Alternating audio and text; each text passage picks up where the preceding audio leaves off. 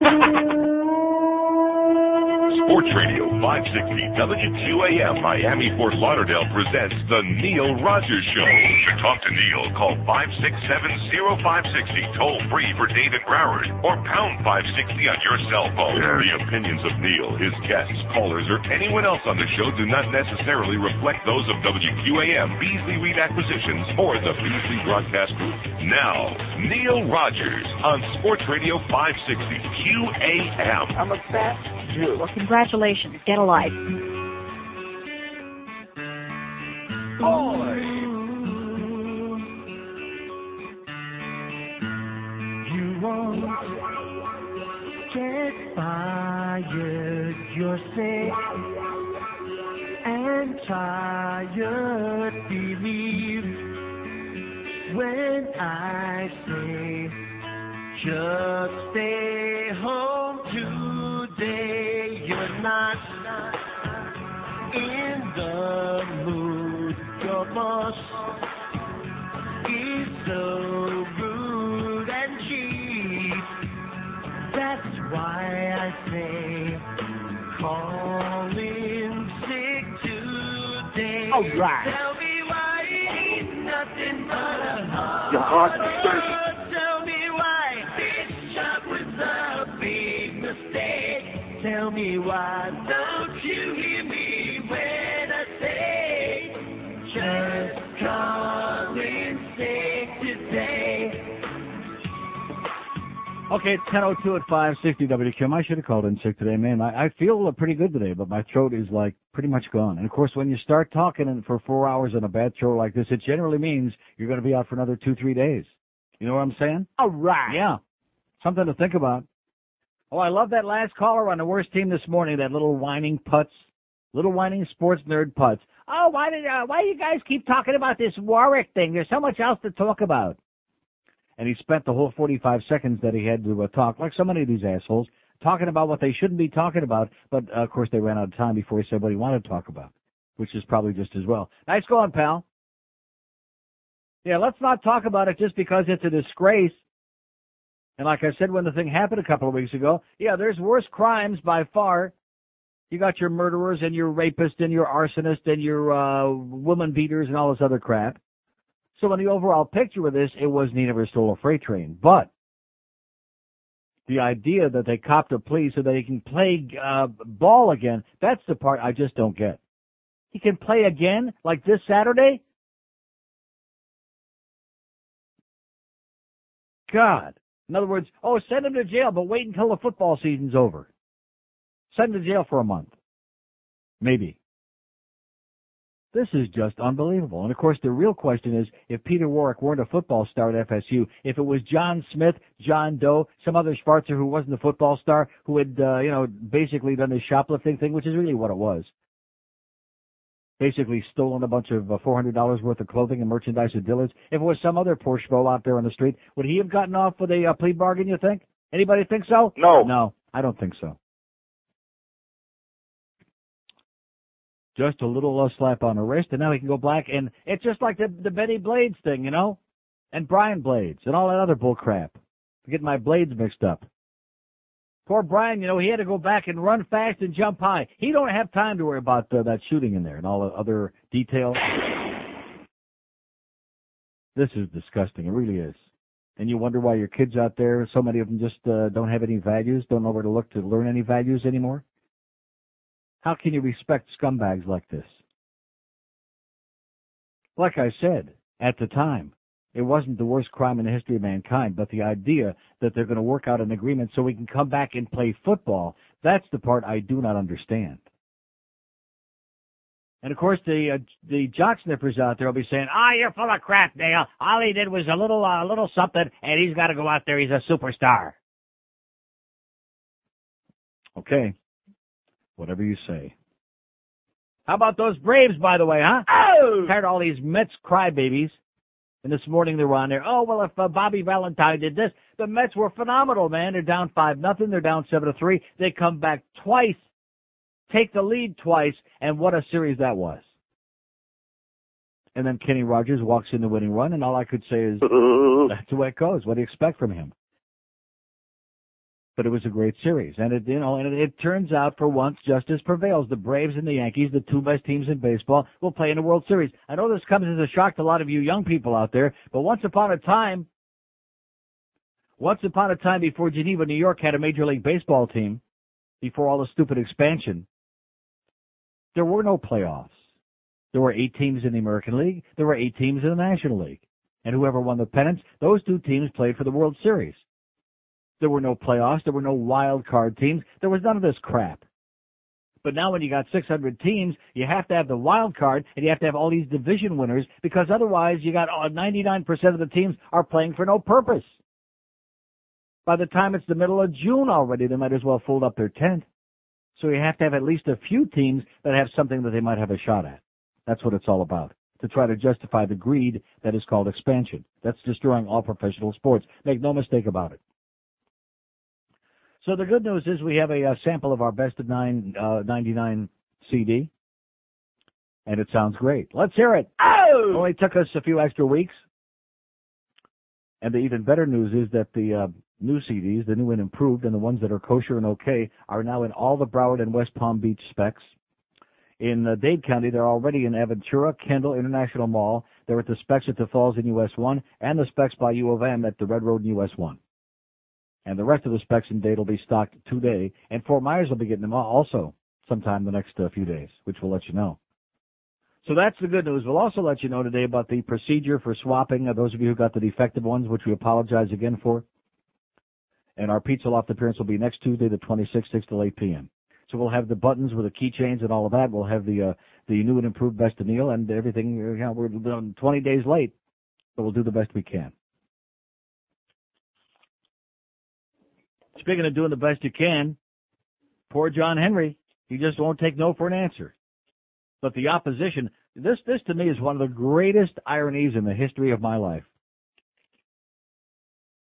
One of the biggest opponents of John Henry getting tax money, especially from rental cars, that tax money, guess who's opposed to that? Don't say. Oh, yeah.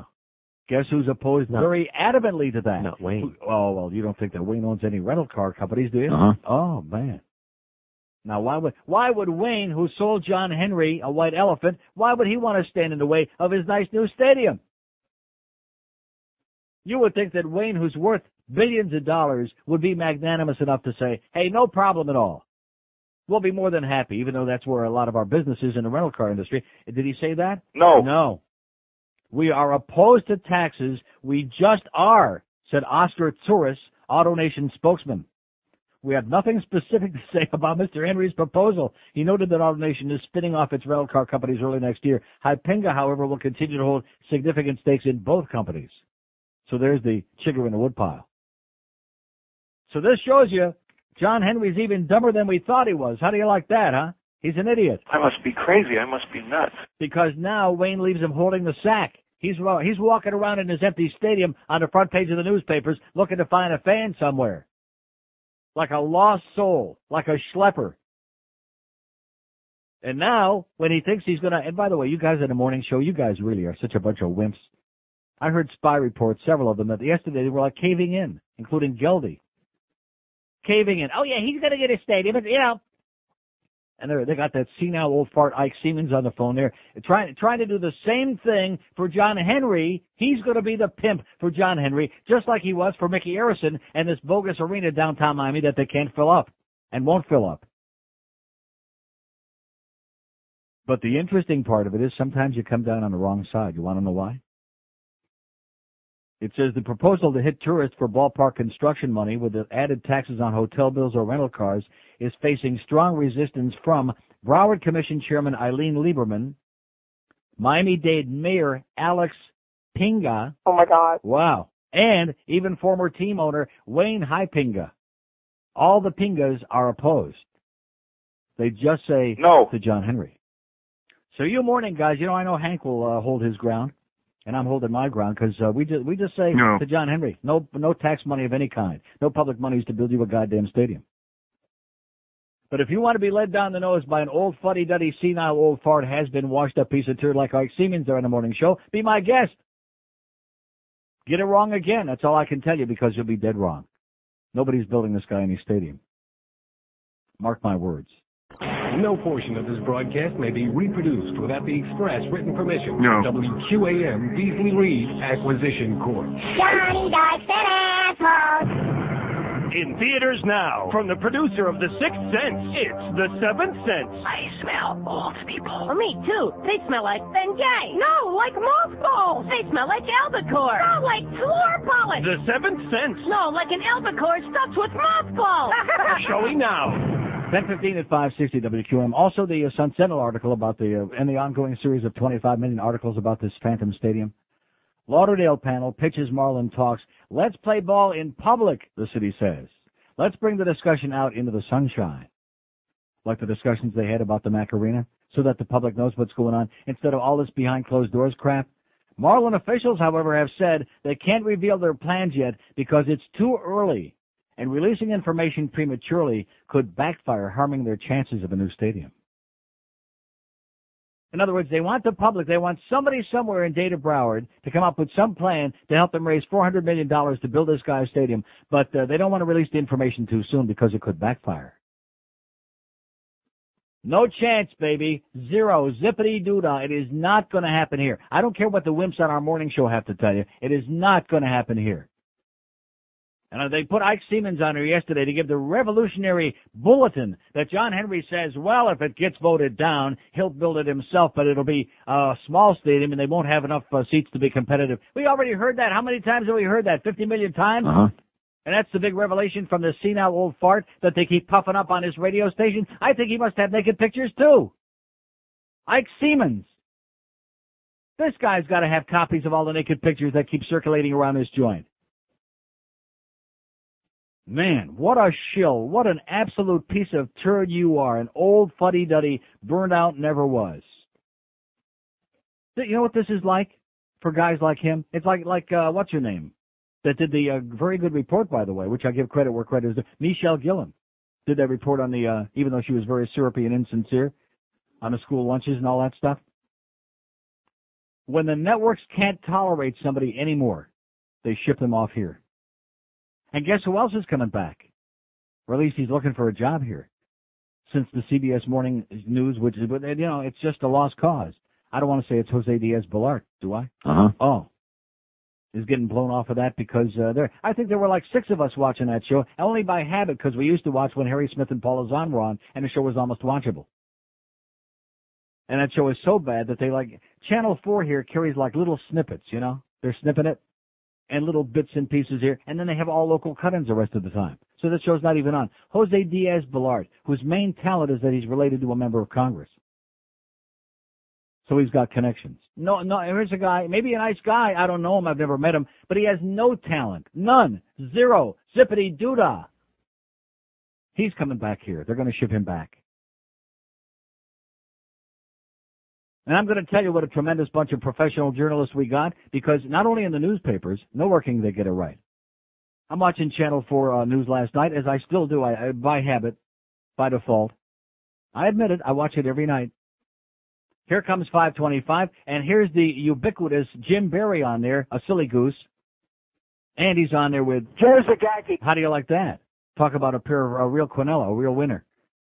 And they're talking about the Panthers off to this great start. They're undefeated. They're 4-0-1. Let me ask you this. Are the Panthers undefeated?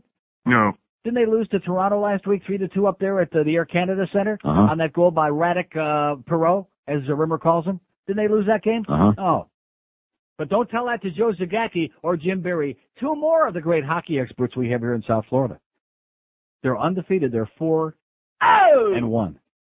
I mean, I realize it's only a very minor point, and there aren't 10 of us that really care about hockey here, but it's just another example of the kind of slipshod, I mean, they'll go on here and say anything.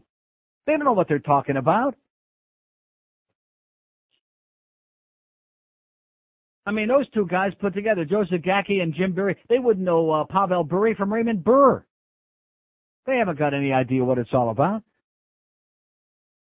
See, it's taken me 23 years, which I figured it out after the first month I was here. When I went in here at KAT, I said, boy, this is a Bush League town. And then other people started saying it. Yeah, other people started saying it a lot because they realized that I was right. Bush League town. And here we are 23 years later. Is it still a Bush League town? Uh-huh. You bet your sweet ass it is. So don't expect professionalism when you turn on your TV. Don't expect like somebody, caliber. And even Ralph Redneck, as fuddy-duddy and slow and ponderous as he was, at least he did editorials. At least he had something to say once in a while in his very boring style. But nevertheless, at least you considered him a news guy. And even that big dykey Ann Bishop, I mean, she sat there and you had the feeling that if she came on here and she told you something, maybe there was a chance it might be true. But today, these bimbos and big bets that we got on the air, they're a bunch of crazy people. You notice, by the way, what's her name is? I can never think of her name. The one with the lip on Channel 4 News? Angela Ray. See, it's in there somewhere. It's in the recesses of my mind. I try and keep it way in the back there. They say that she's off this week. I think she's probably in rehab. I think they got her in the rubber room. Because I think she's certifiable. She just loses it. She just, with that silly, and she's right, they're right on the verge of doing some horrible story about people being electrocuted and people dying. Maybe she's getting this from watching too much Al Sunshine. That might do it. Would do it to me. Maybe those ham hock waves are starting to get to her.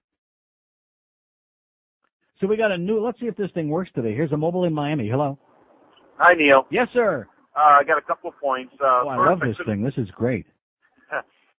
Couple of points. First, I couldn't agree with you more on the Peter Warrick, but the beautiful thing about this situation is, normally when you say, well, if he wasn't a star, he wouldn't get treated differently. Yeah. But you don't have anything to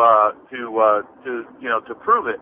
Well, in this situation, you did. There was another kid who was also on the team, but he wasn't as big a star. Right. Who did the same thing. I mean, they both did it together. Yeah. And he was kicked off the team. Lavarenus. Lavarenus Coles. Lavarenus. The excuse that they used was that Lavarenus Coles had a bunch of previous incidents, and that this was just the latest in a string of it, so they kicked his ass off the team. Plus, crap! Right, of course. Let's see Peter Warrick's record. I want to see it public. Uh-huh. I bet you he has more than one incident. I didn't know he had a record out. I bet you. I probably played out in Power 96. Now, my other point of interest is about this stadium. What do corporations do when they want to raise money? They sell shares of stock. Why not do that? $10 a share, 40,000 shares. You think that after that bogus Panther stock that Wayne sold, you think that there's going to be any takers for Marlins stock? I don't know, but at least try it. A team that's lost 206 games in the last 2 seasons, you think there's anybody going to buy that stock? I don't think so. No, but I tell you what, Neil, keep on this bandwagon because. I'm going to, man. I'm going to be relentless because unlike our wimps in the morning here, who just are busy getting chafed from riding the fence so much, I'm not one of those people. Well, he's just going to get it. If they want to be wimpy, let them be wimpy. Well, that's why we listen to you. Thanks, Neil. And have a great day. I'm really disappointed in Gildy because I know that Little Dog and the Defoe, they never took a strong stand in their lives. The only thing Little Dog takes a strong stand on is defending his boyfriend. I don't want to say Danny, but his friend Beefo, he's just straddling that fence, just straddling and straddling and straddling. He has to bring in, what is that, talcum powder. He has to bring in, every morning he has to bring in a big thing of talcum powder to spray on his rectum because he's got so much crotch burn there from riding that fence. But Geldy, who I thought had graduated, here I'm giving him all these credit the last several months, here was the one kid on there that you thought might just tell it like it's supposed to be. Nah, they're going to get it. They're going to get the stadium and just one of these, it works that way. We don't want to start calling you a sellout again just when we thought you'd grown a little tiny pair, Gildy, right on the verge of your marriage and all of this stuff. Started to have a little bit of respect for him, which around here it's very hard to have too much respect. But anyway, now we got this great new monitor. You know something? I actually love this. Have you seen the way this thing looks? Yeah, we were playing with it yesterday, and the monitor. And the monitor too. But it's this big. Is unbelievable. This is like almost a piece of equipment you'd find in a real radio station. Oh my God! It's almost like a big screen TV for the. It is. You can read the numbers and where they're calling from, and it's like, it's a Mahaya. Of course, it should have been here 8 months ago. And it is the old software, even though that, bends the gamut. I don't care about shape. I know. I don't care. It's beautiful. It's lovely. And we actually get the phone on the air today, too. 5670560, pound 560 on the AT&T wireless line. I bet you we'll have some of these jock sniffers out there. Oh, you're wrong about Peter Warrick. All he did was like a little petty thing, and he's got to play. I'd like to hear one asshole out there, one of these sports nerds, defend this crap. And if it was you that went in there and, it was $400 and some odd bucks that they paid $21 from a Dillard's. Theft. It's like theft. And that 19-year-old bitch that partied with these guys, she collaborated with them. I know they didn't kill anybody, they didn't rape anybody, but the idea that this guy's going to get a little slap on the wrist so he can go back and play college football again. Who are we kidding? It's fraud.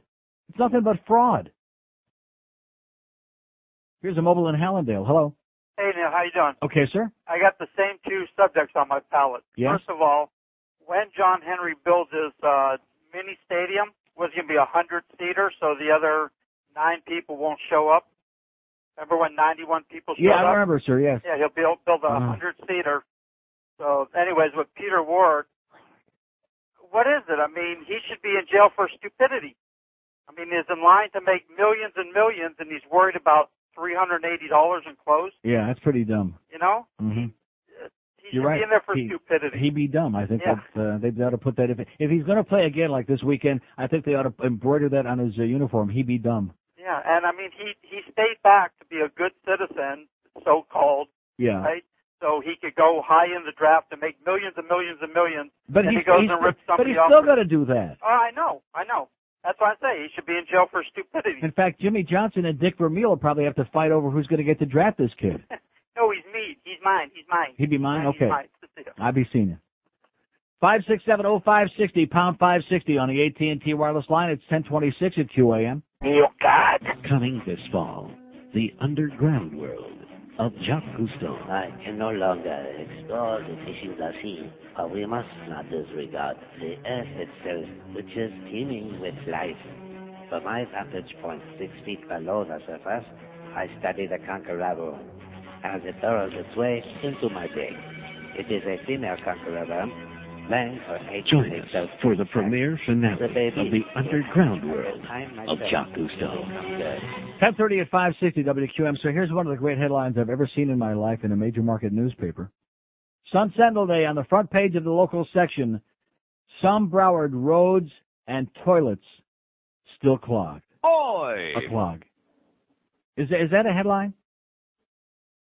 And I bet you if you turn to inside page 2 of the local section, it'll have a list of the 43,000 puppies that weren't lost during a hurricane. Some Broward roads and toilets still clogged. Nice going there, Sun Sentinel. Another great piece of journalism for you. Call in today and tell us if your toilet's clogged, okay? Let's hear from all the people. I got a better idea. Let's hear from all the people whose toilets are not clogged. Oh! That'll kill a couple hours. You're crazy people. You really are. You're just nuts over there at both newspapers. You can't complain about the journalism in this town because basically there isn't any. High Court asked to bless game prayer. Oh, God! 13 Texas congressmen urged the Supreme Court on Tuesday to rule that the reciting of prayers at high school football games is constitutional, saying that God and the gridiron are inseparable in the Lone Star State. Don't you love that? God and football. He's a big fan. How come they left out tailgate parties and beer? Led by Representative Henry Bonilla, Republican of Texas. Wonder if he became to Bobby. The lawmakers proposed a House resolution calling on the justices to rule that the First Amendment's guarantee of religious freedom does not bar players from praying before kickoff. I want you to stop and think about this. Remember the asshole that called me a few days ago? Thursday, I think it was. Or maybe it was Wednesday when I was talking about, why did God invent hell? And this guy gives me a song to dance about the day that I was driving home from the airport. And I had like that brain fart, that memory lapse, and I got to Sunrise Boulevard off 75, and I realized that I just forgot the whole trip. I was just, in the twilight zone. And this guy tells me, oh, well, God was looking out for you. There are 6 billion people plus on the face of this planet. Now, this is the same God that doesn't interfere when kids are getting shot in school. And the excuse is, oh, it was their time. It's part of God's plan. That's nice. That's lovely.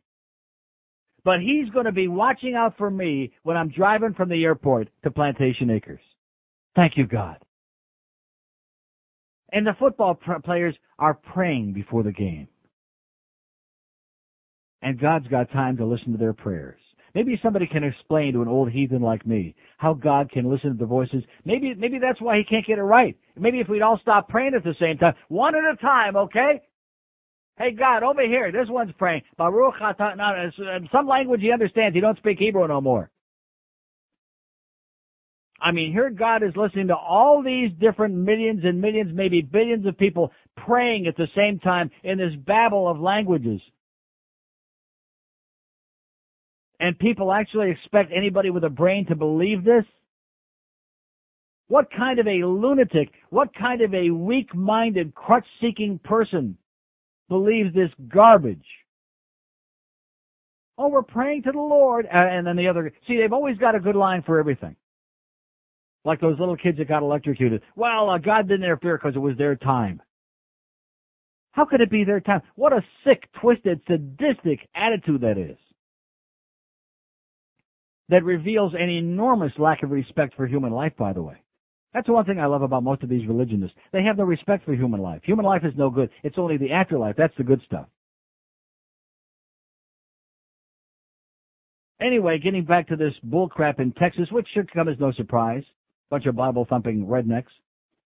The resolution, which would not have the force of law, is intended to express publicly the sense of the Congress that pregame prayers are constitutional. Now, isn't that interesting? As if Congress has something to say about whether things are constitutional or not, which they don't. But they're urging the Supreme Court to rule on this. The House hasn't scheduled a vote yet on the proposal, but you can be sure, you can bet your bottom dollar that they will. Because here's another one of these God and apple pie and mom and Chevrolet, all of those kind of issues. Same crap. Pandering to the goody two-shoes mentality of what they perceive to be mainstream America. Now, how many years have I been, screaming? That's another reason I'm glad I don't go to those Dolphin games anymore. You pay all your hard-earned money, $20 to park over there if you don't have the free parking pass. And then you go in there and it's like going to church or to a synagogue. And they are subjecting you to a bunch of getchkis coming out before the game, doing prayers at a football game. Do they do prayers before baseball games? No. Before hockey games? No. Before basketball games? No. Before soccer games? No. Before rugby games? No. Before cricket matches? No. Before the racetrack? No. Only with football. And you want to know why? Because football is basically a redneck thing. Oh, it is. A redneck thing. Just ask Whizzer White. He'd tell you. It's a redneck thing. So naturally, you go out there, you pay your hard-earned money, and you're subjected to something that should be offensive to you, but you just stand dutifully and obey because they tell you you're supposed to do it. You don't want to offend anybody. Instead of saying, hey, if I wanted to go to church this morning, or I wanted to go to synagogue Friday night or yesterday, I would have gone. I came here to watch a football game, a sporting event, not to be, subjected to this crap. So why would anybody question what Jesse Ventura said? It's very clear that the overwhelming majority of the people, at least in this country, are just a bunch of sucklings, just a bunch of people just, want to be led, want to have somebody lead them by the nose. There are a little tiny band of leaders and a whole bunch, millions and millions of followers, just looking for somebody to latch on to tell them what to think and how to act and what to do. As opposed to, thinking for themselves, discovering a little bit of common sense. Just getting a little bit of intestinal fortitude. Having the balls to say, hey, this is wrong. I don't want to put up with this. Things like that. Don't see too much of that going on. This bullcrap about athletes praying to God. For what? If there's any sport they ought to be praying before the games these days, it's hockey. Praying that they get through the damn game alive. They're killing each other out there. Just like Mike Modano said, it's going to take somebody getting killed or going into a coma before they finally do something about the violence and lack of respect that they have for each other in the NHL now. They're killing each other. And I'm still waiting, by the way, from all the God people. I know you're out there. I'm still waiting. Hear about how God answers your prayers and what's the point. And on the one hand, you see, they keep trapping themselves with these contradictions. On the one hand, man has free will. God doesn't interfere. But on the other hand, let's pray to God, and look, he performed a miracle. Well, you can't have it both ways. Isn't that a contradiction last time I checked? Sounds like one to me. Man has free will. God doesn't interfere. Like Mama Corleone said in Godfather 1, Santino, don't interfere. Remember that? Don't ever tell my sister to shut up again. Santino, don't interfere. How's Carlo doing? Won't see him no more. Or Santino. But anyway. 5670560, pound 560 on the AT&T wireless line. Maybe we'll get saved today. You think we're going to get saved today? I doubt it. They don't have the balls. No, because they don't have the courage of their convictions. They can't stand it, the fact that it's so easy to debunk the bullcrap that they've been brainwashed with. They can't stand that. They can't handle it. They can't handle it like in the rest of the civilized world. They go in and they take these surveys, and like 9 out of 10 or more than 9 out of 10 people say, oh, I don't believe any of that crap. I don't go in and support that garbage every week. I don't have nothing to do with that. And here in just God-driven, God-ruled America, where God is all over the place, we're slaughtering each other like flies, like cockroaches. By the way, so far this year, in the first 10 months of the year, they've had 38 murders in Toronto, city of 5 million people. Last year at this time, they had 41. They're down to 38. Now, remember that number from Detroit from 1997? 360. And that was this is all kinds of murders with knives and guns and whatever. Detroit had like 360, and that was just with handguns or guns of various kinds. Detroit's got about, I think Metro Detroit, about 4 million people. 4 million. 20 before 11 at 560 WQAM. Suck it in and hold it.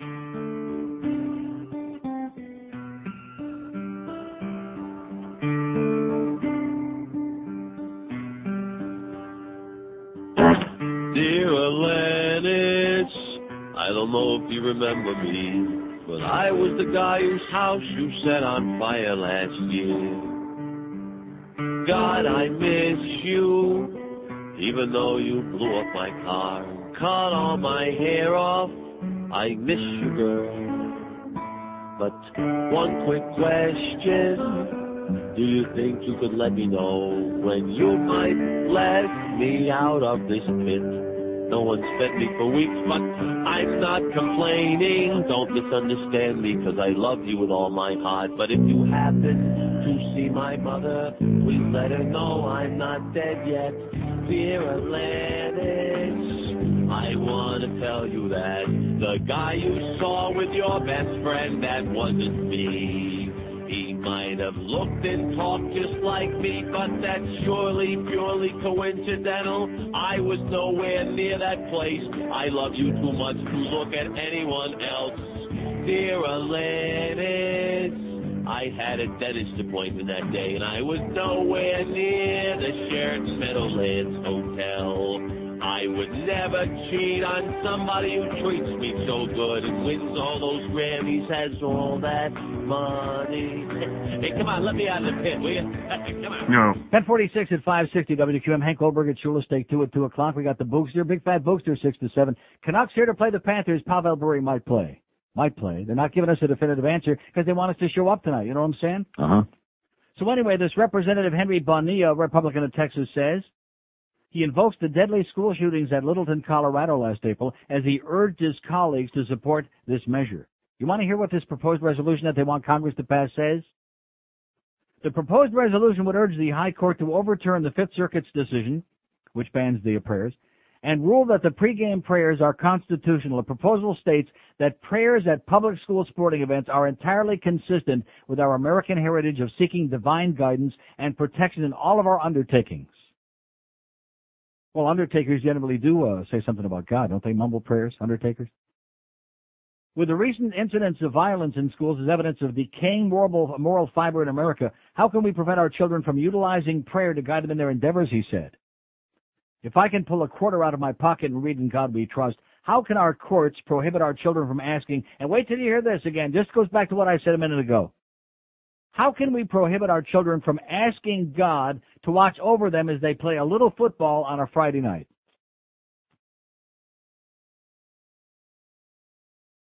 This is your God, who has time, with all the people starving, with all the grotesque injustice, with all the hate, with all the death. This is a God who's got time, according to this bozo, to watch over our little kids as they play a little football on a Friday night and do a little tailgating at a little drinking and a little screwing.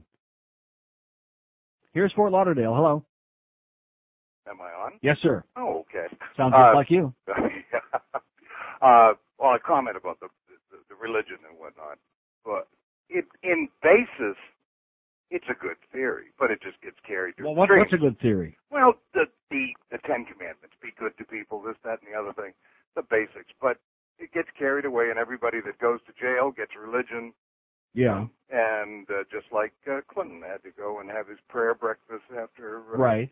he dumped that bomb on He the said, "Oh God, that's good." Yeah. Exactly. But the reason I called is one of your old Neil Rogers best of tapes has a clip on it of Larry King on the air. Right. And somebody calls in. Right.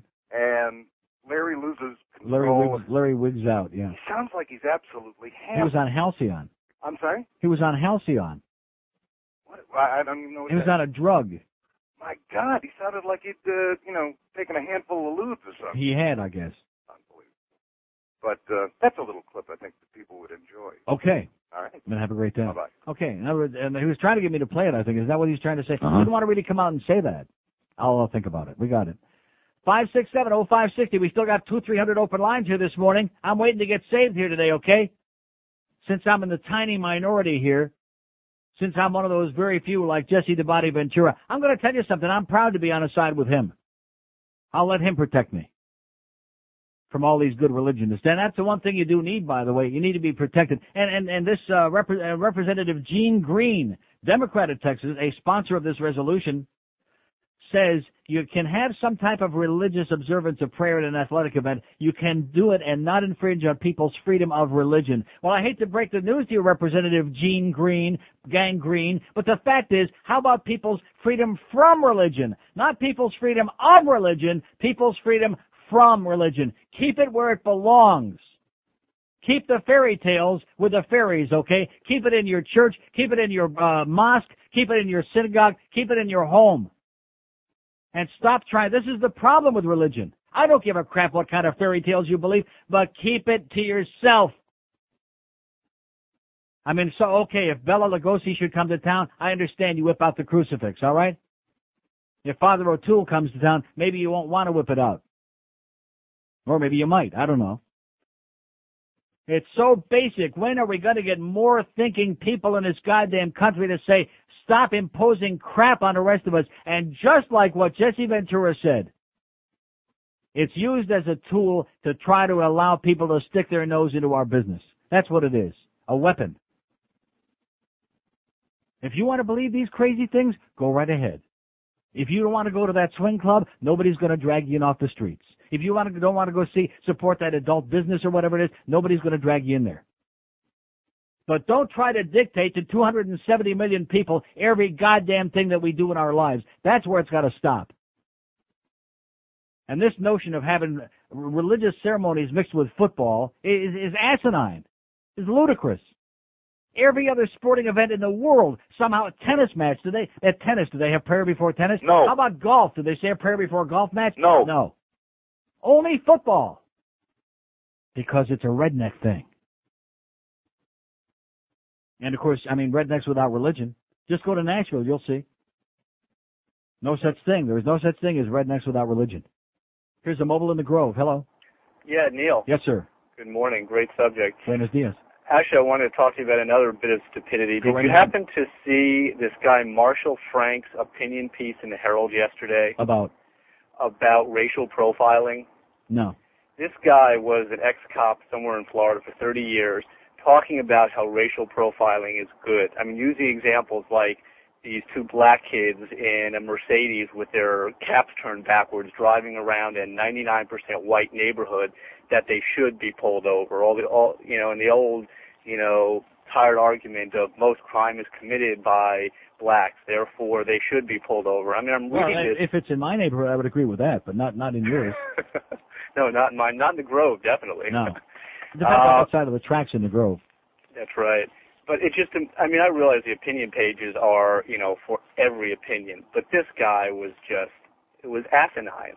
And it scares me to think that this guy was a policeman justifying that pulling two black kids over. Oh, this guy was a cop? A cop, an ex-cop. Now he's supposedly living somewhere writing a book. Mm-hmm.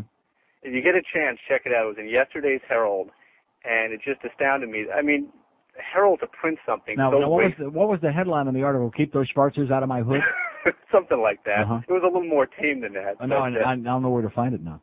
Yeah, if you get a chance, take a look. Hey, one other thing I got to tell you was I just moved back down here. I went to a Dolphin game last month. Oh, I'm so sorry. I didn't stand up during the invocation. Good for you. Here we go. God bless you, sir. All right, here's a guy with a pair of balls. But you know what happened to me? Yeah. The guy behind me kicks me with his foot. And I turn around and he motions with his hand like stand up. He kicked you with his foot, this good religious son of a bitch? Yep, and like motioned to me like you should be standing up, buddy. They're giving the invocation. And what did you do? Oh, I just ignored him. I mean, Good. God knows what someone like that may do, but You're right. That's the kind of nutballs you got. Thanks for the good news. Nice going, pal. All right, Neil. Thank care. God for you. There's one. There was me and Fat Rich, maybe 5 other people out of like 73,000, whatever that stadium holds, week after week, home game after home game, sit on our big fat ass during the invocation, refuse to get up. And this is another one of the 5,000 topics I brought up 50 million times over these last 20 years that almost nobody will touch. And you want to know why? Because you're too goddamn embarrassed. You're a bunch of pussies. You're a bunch of pussies. You're willing to be subjected to this crap. Here I was, one of a handful, maybe a half a dozen Jews in Canandaigua, New York, a real waspy, goyish town of 10,000 people going to high school. We had to go to high school, by the way. No, seriously, we had a good school, but nevertheless, we'd go to assembly and they'd do the Lord's Prayer. And Jesus, and I'm sitting there like I'm supposed to bow my head. I'm thinking, Bafangula, baby, up your nose with a rubber hose. I'm not going to bow my head. Bow this. And I had to be subjected. I couldn't wait until that ended, until I could be an adult and I could make my own choices. And wouldn't have to be subjected like some kind of a child to this kind of garbage. And now you pay whatever it is. Of course, I don't pay for those tickets. Although, you know something, that's wrong. I did pay for my own tickets for 5 years. All 5 years I was a Dolphin season ticket holder, and I could have gone for free to the Skybox. Didn't do it. The only thing I had, I did get the parking free. Thank you so much. What's his name over at IOD? I got Phil Costin. Well, we could sure use a guy like Phil Costin over here. He wouldn't stick around here too long, though. He'd take one look at this place and say, oh, no thanks. No, thank you. Paid my own hard-earned money to go there, get those great seats on the 50-yard line, thanks to Fat Rich. What kind of flowers do you want, Rich? And here I got to be subjected to this crap, and after 5 years of boredom anyway, I mean, really terminal, and drunks, and just a bunch of silly-ass people with their hurricane outfits, I just finally said, I'll stay home and watch it on TV. Who needs this? And you know something? When I stay home and watch it on TV, I don't get up in the living room and say a prayer before the game. And now that I got now that I got the package on the small dish, the NFL Sunday package, it's got all the games on there. I mean, I can't get up 14. I'm too old and fat. Because you got all the 1 o'clock games and all the 4 o'clock games. They all start like simultaneously. If you kept getting up, you wouldn't be fat. I'd probably lose a lot of weight. Up and down and up and down. Jesus, another guy dipper here. Get up again. Oh, it's the Bears game. Get up again. Here's Hollywood. Hello. Hello, Neil. Yes. Hey, I've got a Mutt and Jeff Rimmer report. Yeah. By the way, that was great before. He wouldn't know Pavel Bure from Raymond Burr. Right. That was excellent. Okay, so you wouldn't know Radek Dvorak from Radek Perot. Very good. Listen, last Saturday night during the Anaheim game, were you listening to them, or you don't have? I wasn't here. I was in Toronto. That is correct, sir. Thank okay, God. well, I got to tell you this. You know how Rimmer will basically, they'll talk about anything they see. You know, if Radek Dvorak smiles, they'll say, oh, look at that smile, Denny. Yeah. Radek tells me when he's happy, he likes to smile, right? So anyway, what I think it was Ryan Johnson, Mm-hmm. you have a guy named that this right. year? He was taking out his mouthpiece, and Dennis Potvin did a whole dissertation on, you know, he wears that mouthpiece not only to protect his teeth, but also it helps prevent from concussions because it absorbs the blow evenly throughout the mouth, you know, a whole medical. Yeah, right. When he was done giving this whole dissertation about how it helps prevent concussions, Rimmer says, not only that, Denny, but it also helps prevent concussions. That a boy, Rim Man. Oh, excellent. Sometimes. Exactly. I feel like I'm losing my mind. Thank you. Nice going, Rim Man. How's Radek Perot doing, by the way? I know they're all a bunch of foreigners anyway. 3 minutes before 11 at 560 WQAM. Nick Cigars has got a great deal for you. Today, what is today? Wednesday? How come we didn't have a Nick spot yesterday, by the way? Now, that's pretty interesting. Yeah, that's pretty bizarre. Well, you know, ask the sales manager. She's an expert. Yeah. And she never lies, by the way.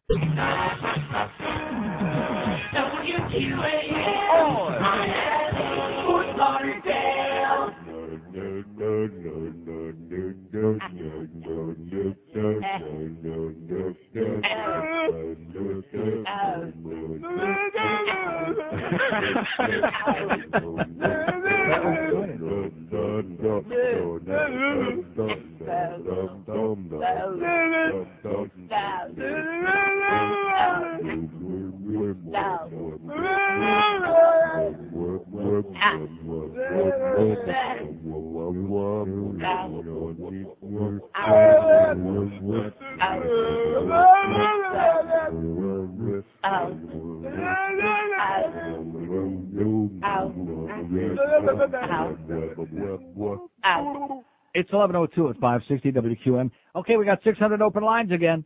Every line was lit on air, and you go into that break, and you sit here, and now that we got this big screen, it's almost sexual, watching those things kind of like pop off there. Wow. 5670560, pound 560 on the AT&T wireless line. Well, see, they're highly motivated. They've got a real story. And, of course, the guy, he was a good guy, that guy a couple of calls ago, the one that came back to town and didn't stand up. But he agrees with me, see? It doesn't take any balls for the people who agree with you to call, but the people who disagree, the pussies out there that go along with this crap and allow themselves to be manipulated when they're paying their own hard-earned money, they don't have the courage of their convictions. They're easily intimidated, especially by me, which is very sad. Pussies. Here's Miami. Hello. Hello. Yes, sir. Neil, how you doing, buddy? Okay. Yeah, talking about that guy thing, Neil, I wanted to add that I was watching this program last night in the History Channel. Yeah. Named The Odessa File. And it's really amazing how these Nazi war criminals ended up in the Vatican or through Rome to get to Argentina to their liberty. Right. I mean, what the hell was the Vatican doing? They're helping them, you know? Well, those Argentinians, they make great beef, you know. Unbelievable. That's why when you go to Berlin, there's all these Argentinian steakhouses. It's called an incestuous relationship. Yeah, but that's just beyond a scandal, you know, what happened there. Yeah, that's right. I mean, the Vatican, the Pope, I mean, right. The monastery. There's that hot new book out about the Pope and the Vatican, right. I mean, the Pope and the Nazis. Yeah. Also, a last thing. I come from a country in South America, and we're about 24 million people down there. Oi! Yeah, in which half of them live in extreme poverty. And the president now has been trying to control population growth there, and he passed a couple laws last year legalizing abortion and sterilization, all these birth control methods. And the first person to complain about this was the Archbishop of Peru. Oh, yeah. They don't like that. Yeah, he flew over to the Vatican to complain, to tell the Pope about it. I mean, it's so ridiculous because when you go down there, the poor people are heavily influenced by the church, and they're told to have as many kids as possible. That is correct. And they end up having 15 kids. Mm-hmm. I mean, I know people who come from families. Let me say it again, sir. I've said it many, many times. I'm always proud to say it because there's no debating it. The Catholic Church is the greatest purveyor of misery and suffering of any institution on the face of the earth. It's true. And when the president's trying to solve a problem here, the first ones to complain is the church. It's so ridiculous. Yeah. I mean, they're trying to terrorize people, saying that no, don't listen to them. That's completely against Antichrist, against the laws of the church and all that. But come on, I mean, these people make $100 a month. I mean, what do the kids grow up to be? Delinquents, drug addicts, terrorists, and all that. They don't have jobs. There's no opportunity for them. So why is the church just doing this? This is completely ridiculous. It's a numbers game. Exactly.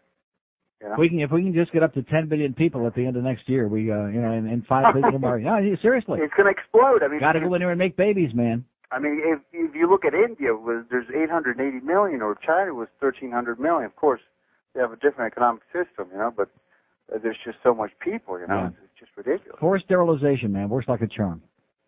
That's what he tried to do, but they complained about that, and the church was the first one. Well, tell them to give the Pope the Bafangula. That'll send a message. Have a great day, amigo. All right, you too. Bye. 5670560, pound 560 on the AT&T wireless line. Let's pray before the show every day. If anybody needs to pray, that maybe just the stuff will work in here. Which so far today, it's working. Oh! All right. Of course, it's not even noon yet, not even close. 567-0560, pound 560 on the AT&T wireless line. And by the way, let me just give you a little bit of advice out there for you and your pets, humans and animals. Don't ever get sick on Sunday. If your pet should ever get sick on Sunday and you call one of those emergency numbers, you know what they'll tell you? They'll probably tell you something that sounds like that. Oh, that doesn't sound like an emergency to me. Give them some Kaopectate. Call us tomorrow. You're not supposed to get sick on Sunday. And, of course, if it's a human being, God forbid, you just forget it. Your doctor, he's out playing golf. Here's a Mobile in Cutler Ridge. Hello. Mobile in Cutler Ridge. Hello. Yes, Neil. sir. Yes, I am. Hey, I wanted to talk to you about the hurricane yesterday, the forecasting. Yes. As far as the weather, man, I'd cut those guys a break because you can watch the radar and see that eye move. And did you see it disappear and move to the? I wasn't here. I was out of town. I left Thursday. Yeah, when they afternoon. did have it on the radar, it moved to the west. It almost disappeared and then showed up like 50 miles to the west. And as far as the flood control guys, most of the guys 50 miles to the west of what? To the east.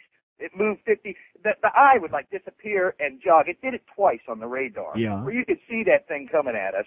And anybody who even on the outskirts of the But wait a hurricane, minute. I don't understand. If you could see it, if the viewer could see it coming at us, then how come the weather guys who are supposed to be meteorologists and we're supposed to trust for advice, how come they couldn't see it?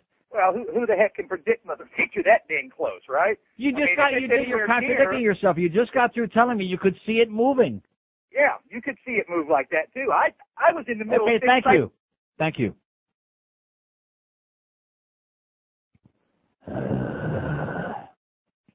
You could see it moving.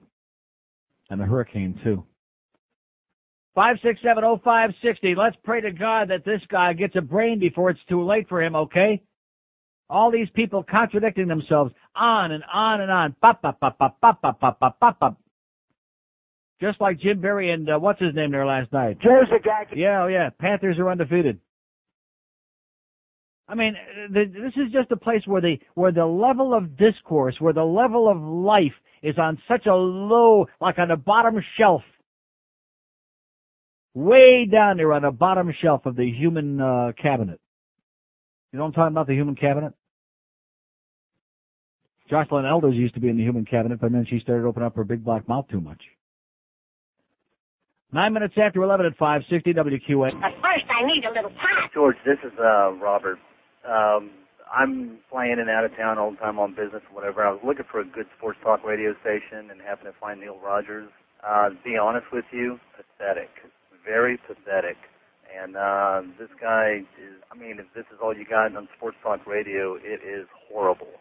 So I'd definitely try to find somebody better, that's for sure. And his whole GD thing and everything else, just tell him one day we'll all face the Lord. All right? Have a great day. Thank you. Have a great day. One day we'll all face the Lord. Will we be facing into the wall? Will we have our hands? What's that going to be like when we face the Lord? When we face... Oh, God. I face him every day in the mirror. It ain't a pretty sight, I'll tell you that. Every morning. Still haven't had any response. I ask very simple questions. I know most of you out there are believers. You believe this bullcrap, and it doesn't make you bad people. You're just weak. Like Jesse Ventura said, you're weak-minded because they stored your brain when you were a little child. And you feel, well, if the majority of the people believe this crap, I better believe it too, just in case. Or at least pretend that I do, even though in my mind I know I don't. Very simple questions, like why did God invent hell? I asked that last week. Did we get an answer? No. And today I'm asking a even easier question. If there are 6 billion people in the world, how can God hear everybody's prayers at the same time? Huh? The really big ears. He's got big ears like Ross Perot? Like Dumbo? Come on, let's hear it. We want a goddamn answer. Oh, sorry. We want a dang answer. 567-0560, pound 560 on the AT&T wireless line. I have only pity for guys like this jackass. Oh, he's looking for good sports radio. Oh, stick it up your ass, okay, you jackass. If you listen to the show for more than 5 minutes and you think this is a sports show, you must be a real moron, a retard. Yeah. Sports. Give it a rest already, okay? How many times can they rehash the same bullcrap? This guy wouldn't know Neil Rogers from Kenny Rogers. And by the way, I didn't walk anybody last night. Here's a mobile in Fort Lauderdale. Hello. Neil, how you With or doing? without the bases loaded? Yes, sir. I went to the Bills game, the Monday night game. Right. Up to that point, I had season tickets for the last 13 years. I didn't renew them this year, and I'm just sick of the whole scene, having drunks puke all over me and whatnot. Right. Yeah, it's ridiculous up here. It's schwitzing. It's 100 degrees. Mm-hmm. So I went with this girl that I used to go with when I had season tickets. So, of course, the invocation came, and I didn't stand up. Here's another one. See, the people that agree with me, they're the ones that are calling. All the rest of you lemmings out there, and I know that all of you go to these games, you just are too much of a bunch of pussies to stand to your ground. Well, Put your ass in the seat. The thing was, she's Jewish. She's standing up. I was like, what are you doing? I said, I looked at her. I said, these people are like a bunch of sheep. Right. They're just a bunch of sheep. It's unbelievable. And did you drag her out and force her down in the chair or what? Why not? No, I didn't do that. Put your ass down in the seat there. Just jam her ass down in that seat. Are you going to the game tonight? Yeah, I'll be there. Okay. And there won't be any invocation there tonight either, I'll tell you that. Yeah, the other thing. I'm praying that Beret plays, though, I'll say that. Yeah, me too. Beret pre-Hagofen. But anyway. The other thing is with what a great line that was. You'd have to be Jewish to understand it, but that was a great line, Neil. Thank you. Go ahead. I'm sorry.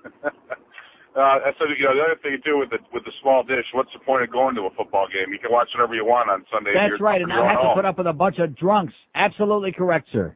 Okay, have a good day, Neil. And have a great life. And see, when you got the football package, if one game turns out to be crappy, even if it's your team's game, then you turn over and you watch a good game. You'll find one somewhere. How do you like that? Oh, that's downright un-American. You got to go to football games. You're just some kind of a communist. 567-0560, pound 560 on the AT&T wireless line. We're still waiting for the believers out there to tell us, how does God hear everybody's prayers? And what's the point in the first place if he doesn't interfere? He doesn't intervene. Only when he gets pissed off he intervenes, like the flood and the locusts and all this goddamn weather we got. He must hate Florida bad, I'll tell you that. He must be really pissed off at us because several months ago, the whole state was on fire. The whole state was burning. No, we had a drought. Now we go from one extreme to the other. We're up to our goddamn armpits in water. We're up to our rectum in water. So he must really be taken out on us, even though he doesn't interfere. Only when he gets real pissed.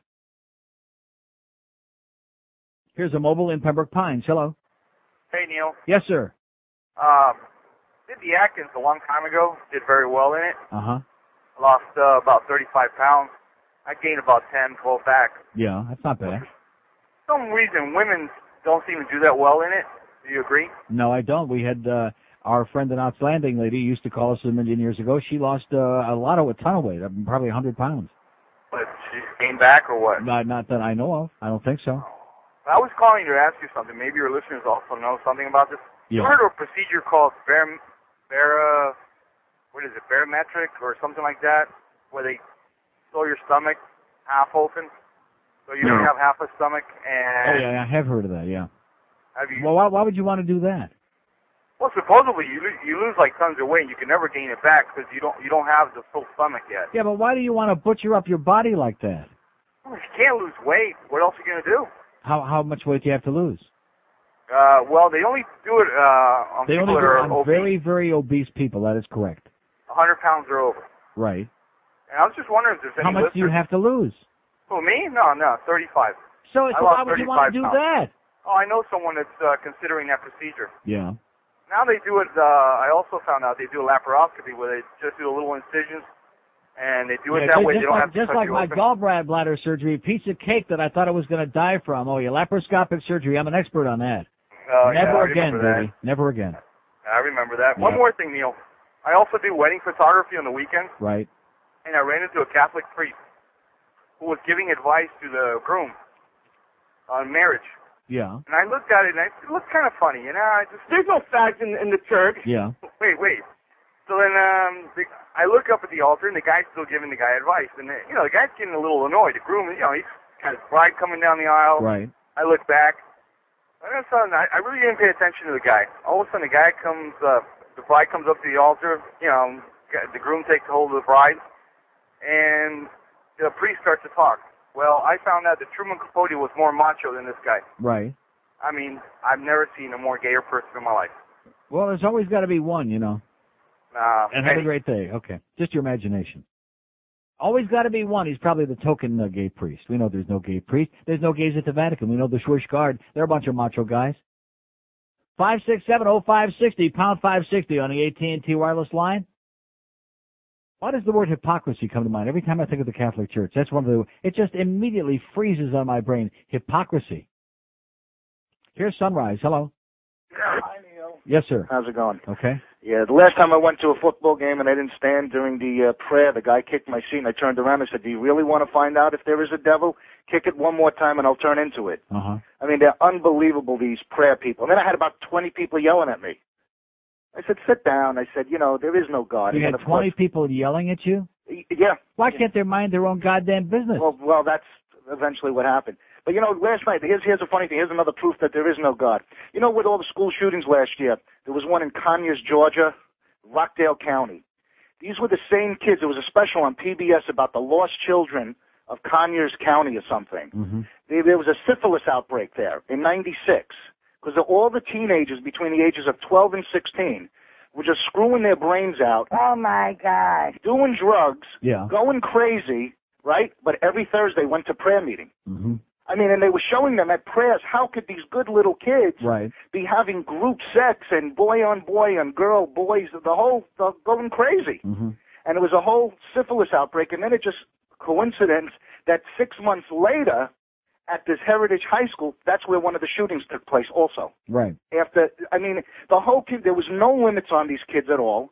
All the parents, but God on Thursday night, you know, was gonna save the community. It sounds like the true deep Southern mentality, like in Nashville. Every street corner's got a church on it, and on the other corner is a bar. Yeah, and they were asking, and now it's a couple of years later. Well, not the shooting was just last year, but the syphilis outbreak was like 3 years ago with the same kids.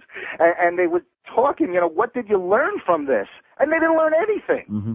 You know, they're still back to their Thursday prayer. They went deeper into prayer, saying that, well, that's going to stop it the next time.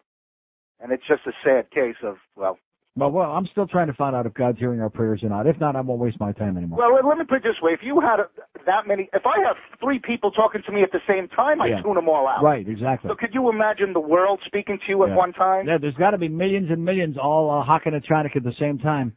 And you know, when they give you the crappy reason, well, everything happens for a reason. Oh yeah. You know, that's a lot of crap. You know, It's a cop out. Oh yeah, it was his time. It was her time. It's nobody's time when you have a good young person or old person. It doesn't make a difference who. And they go and they die. Oh, it's God's will. Mm-hmm. That's not God's will. Must be cancer. Must be God's will too. Why can't you just get hit by a truck? You know, get run over in about 2 seconds, die instantly. It's better than. But anyway, have a great day. Thanks, Neil. Okay, see, we're hearing from all the people, which is fine, who agree. All 20 of us who used to stand up or do stand up at these invocations, but all the other believers out there, like always, mum is the word. Their lips are sealed. Because they just don't want to be out of line. They just want to go along with the crowd. They don't want to make any waves. They're a bunch of lemmings. They're a bunch of sheep. 5670560, pound 560 on the AT&T wireless line. Here's Margate. Hello. Good morning, Neil. Yes, sir. How are you this morning? Okay. You know, I agree with you 100%, Neil. Everybody does have the right to believe whatever they want to believe. Right. I mean, I think that's really great. And you know something, brother? The book of Moses tells us that God not only hears our prayers. Oh, really? Yes, sir. How does he do that? He knows every hair on our head. Huh. Because I've studied it, have you? Because what? I've studied it, have you? Yes, uh-huh. Okay, then you must know what it says. I do know what it says. It's ridiculous. That he led his people out. Why? His people. Because he was, well, let me ask you this. Just like circumcision, okay? Just like circumcision. If Jews are supposed to be circumcised, why aren't they born that way?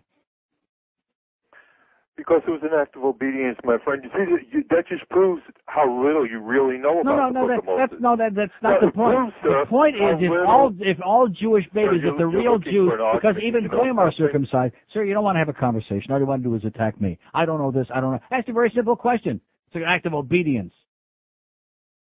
You be obedient, sir, okay? I'll be the maverick. You be the obedient lemming. 567-056, and he still didn't answer my question. He hears all of our prayers. Anybody believe that? No. No. And especially if you're praying about football games, protecting those little kids at those football games. Now, how come God is hearing those prayers, and yet kids go out there, high school kids, go out there in the practice field, and they die, sudden heart attack. Die right there on the field. Basketball players. Oh, I forgot. It was their time. I'm sorry. See, you have this big, it's like a net, a big catch-all, a huge net. And every time something horrible happens, oh, it was their time. Well, thank you, God. Thank you for your leukemia and your cancer and your syphilis and your AIDS and all these other things. Thank you for all these strains of bacteria that we can't destroy. Thank you for inventing all these grotesque life forms. You see, when you understand that nature doesn't play any favorites, nature, just like they say, crap happens. That's it. Crap happens. Nature is indifferent. Just like with a hurricane, like with the earthquake in California, it just happens. That's something you can accept. That's something you can live with. But the idea that there's this God up there who allows these things or even creates them to happen, that's sick. And then to try to rationalize it. See, what happens is we had a bunch of silly primitive people who invented some really grotesque, silly stuff. So now here we are thousands of years later, and we've got all these people like this guy desperately trying to rationalize it.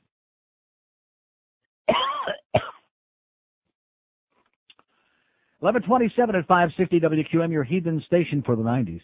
Holy Mackinac! This is Joe Bowen, the voice of the Toronto Maple Leafs, and you're listening to the Hockey Authority, Neil God.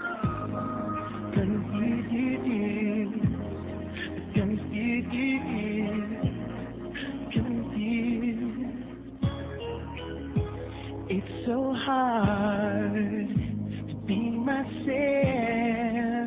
Yes.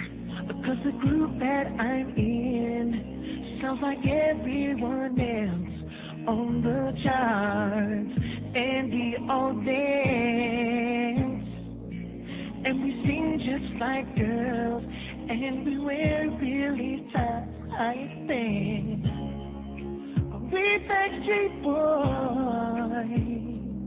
Or are we made conditions? Or anything, 'cause I'm confused, got no clue. Yeah. Don't know what band I'm in. Baby, it's boys to men. The sounds all around. Every group sounds the same. Yeah, we're painfully lame.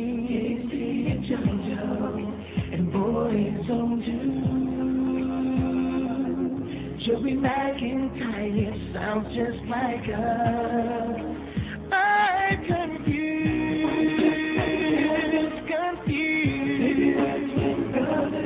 All I'm asking, can someone please explain? 'Cause I'm confused. I'm confused. I don't know what to think, but I know this song sings. Nobody knows who we are, that's the truth. All we're asking, can you tell us our name? No. 'Cause we're confused. Man, I'm so confused. We're confused. Well, at least you didn't say bathtub this time. I like that. 26 before noon at 560 WQM. Hank from Shula's today. The Bookster 6-7. The Florida Panthers, the undefeated Panthers. Are they undefeated? No. I'll just ask Jim Berry and because that's what they said on Channel 4 News last night. Anyway, the 4-1-1 Panthers off to a great start against Vancouver tonight. And Pavel Bure, Baruch Atah Adonai, Bure Pri Hagofen, might be playing tonight against his old team. We hope, we pray. That was one of the great lines I ever came up with, and the problem is that all these guys, they don't understand it, including George. Huh? Here's a Mobile in the Gables. Hello. Mobile in the Gables. Yeah, man. Yes, sir. Hey, I think I got the answer for the you was looking for last week. For what? About what God created hell. Yes. So the Jews can live in it. Okay, thank you. Okay, thanks. Thanks, my anti-Semitic spick friend. 5670560, pound 560 on the AT&T wireless line. See, one thing about the Cubans, they spread it around. Here's Fort Lauderdale. Hello. Hello, Neil. Yes, sir. Yeah, I just didn't know if you read this article in the Herald today about how the Jordan found the new Holy Land. No. No, because this morning. Is that Michael Jordan? It could be. Who knows? Vernon Jordan? No, but this archaeologist over in Jordan has been working on this site for 3 years. Yeah. And they said that they found where Jesus was baptized again. Oi! So anyway, now there's three sects over there that have a claim to the Holy Land. There's Arabia, there's Israel, now there's Jordan. Mm-hmm. And I don't know where the Holy Land is, honestly. I thought it was in Palmyra, New York, where Joseph Smith found those tablets. Well, that could So very well take two be and true. call me in the morning. No, but as far as religion goes and things like this,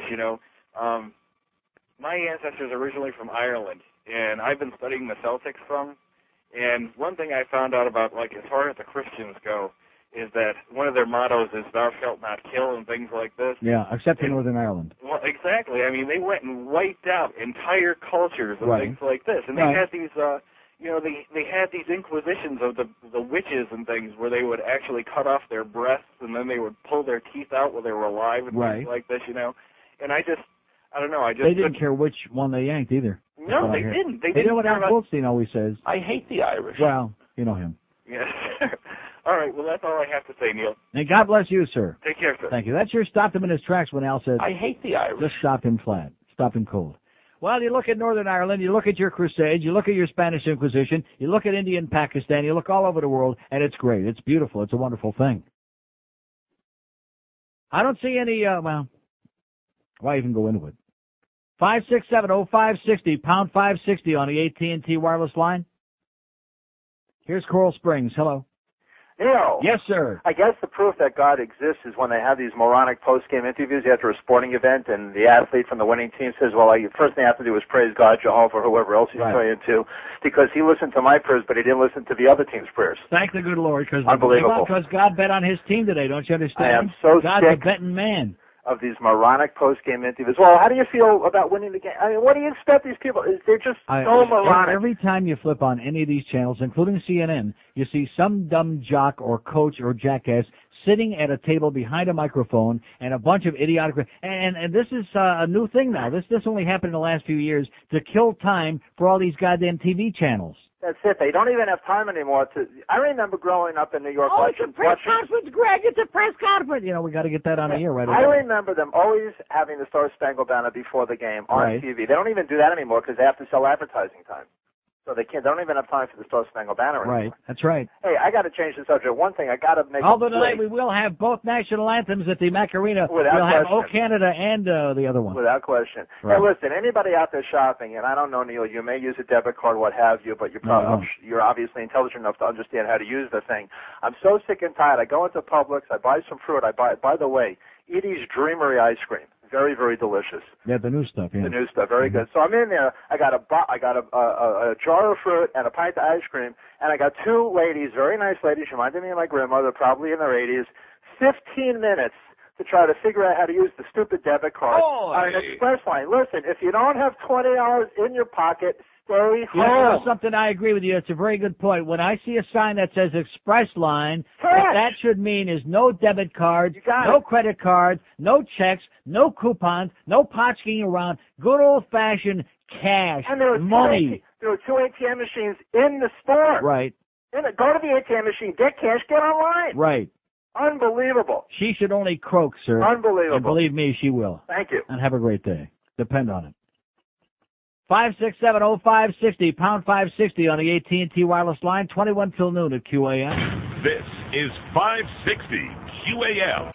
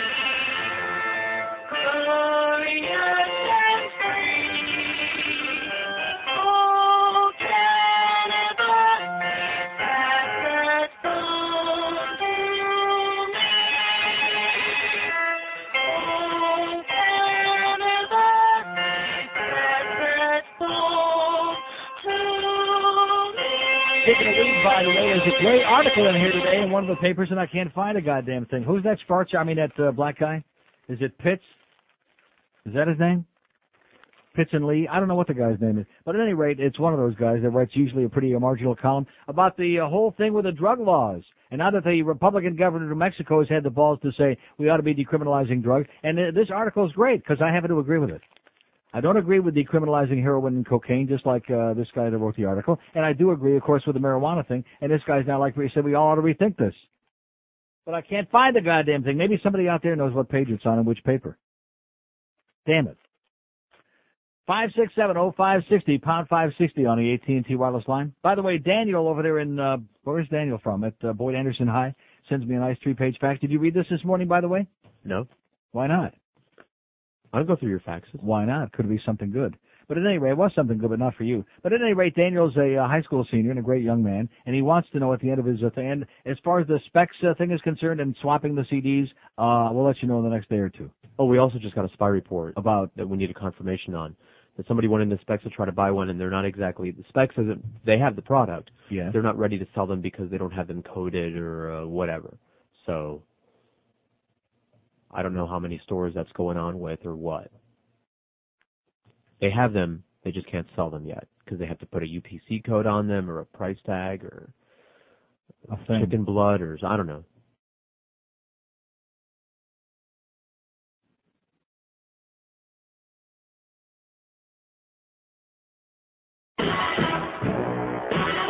So like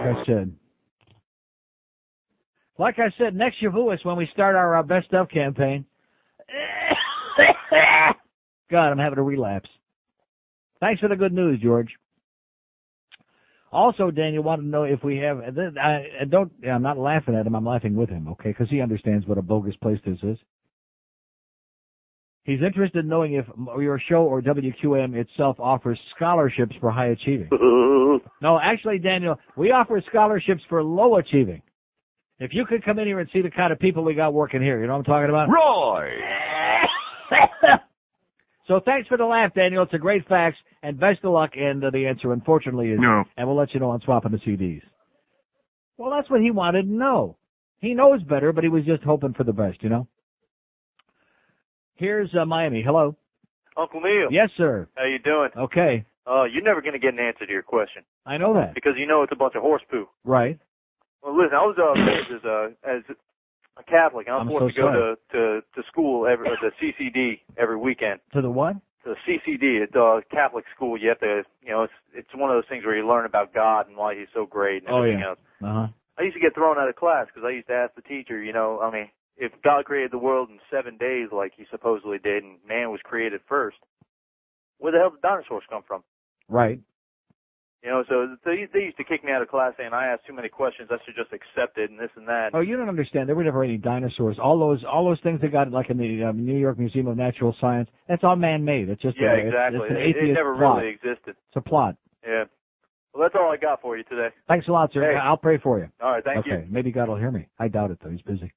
He's busy with the football players. See, that's why the other athletes, they don't have the prayers before the games. God's not interested. He's not a hockey fan, not a basketball fan. Baseball's too slow-paced. He likes football. God's a football fan. Rednecks. 567-0560, pound 560 on the AT&T wireless. I love this when I do. Now, we did make a little progress a couple of weeks ago with that fraternity thing, with the hazing thing. I tried that about 10 different times over the years. Never got anybody out of the closet, and then we got some great calls.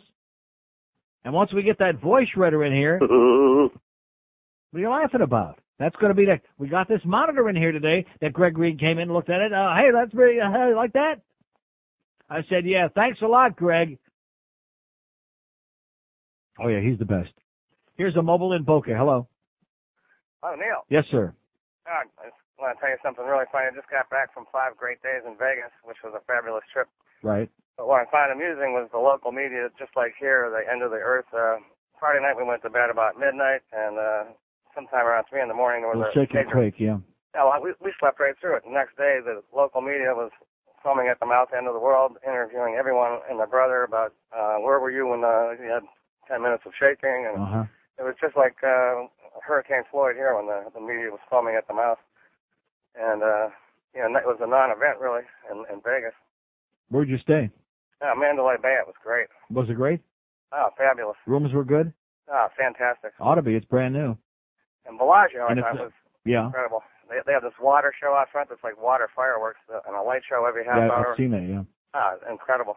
Well, thank God we don't have all that here, right? Right. Okay, thanks. Glad you had a good time. Thank God we don't have, because crowds, all these crowds and all these people come in and ties up the roads. We don't like to have too many good times down here. We like to keep it just the way it is, decaying. And by the way, speaking of decay, the Herald all week is running a big series on MIA, on the airport, what a toilet it is, and how it's such a piece of crap and all the corruption out there. A little bit late now, isn't it, boys? Now that the horse is out of the barn, here it is. Day by day, the Herald, what they found, and they got like a whole week of stories, exposés. Like last Sunday, they started out, this past Sunday, how political deal-making is dragging down the airport. Monday, many travelers say MIA is a headache and are choosing other gateways. Yesterday, construction debt and competition threaten MIA's future. Today, they got a big Sundance about Concourse H.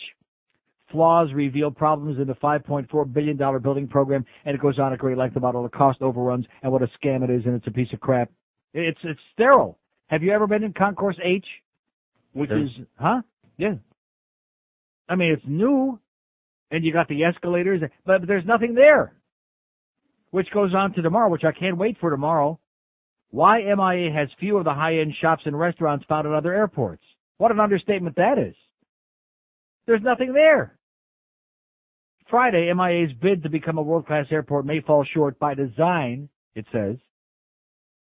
And next Sunday, focus section, how top-notch airports keep politics out. How unusual, huh? Political corruption in Miami. Yeah, how unusual. Not to mention all the drugs and the hand grenades. But the one tomorrow I can't wait to see, because you go into any other airport anywhere in this country and around the rest of the world, like in civilized countries. With the exception, I would say, of Pearson Airport in Toronto, which is a very, very old and old-fashioned. There's not much there. But other than that, you go into like almost any airport anywhere, and they have food courts. How do you like that? Oh, my God. Yeah, because if you don't want to eat the crappy food on a plane, every airport I can think of, Cincinnati has got a great food court, Atlanta, Dallas, any of them, Boston, anywhere you go, food courts. Like with all different kinds of fast food. I mean, you name it, everything under the sun, Chinese food, burgers, everything. Do we have that here? No. And, of course, all the high-end shops. You go into most airports, and there's all these real classy shops. Very expensive stuff, but beautiful stuff. You go into Schiphol Airport in Amsterdam, you could get lost in there. It keeps getting bigger and bigger. They keep expanding. It's unbelievable. You hop on the train right there in the airport, takes you right to the central station downtown, right to the heart of the city. Do we have any of those things out at the airport here? No. No. I don't understand it. Couldn't have to do with corruption, could it? 5670560, pound 560 on the AT&T wireless line. Here's Hollywood. Hello. Hello. Yes, sir.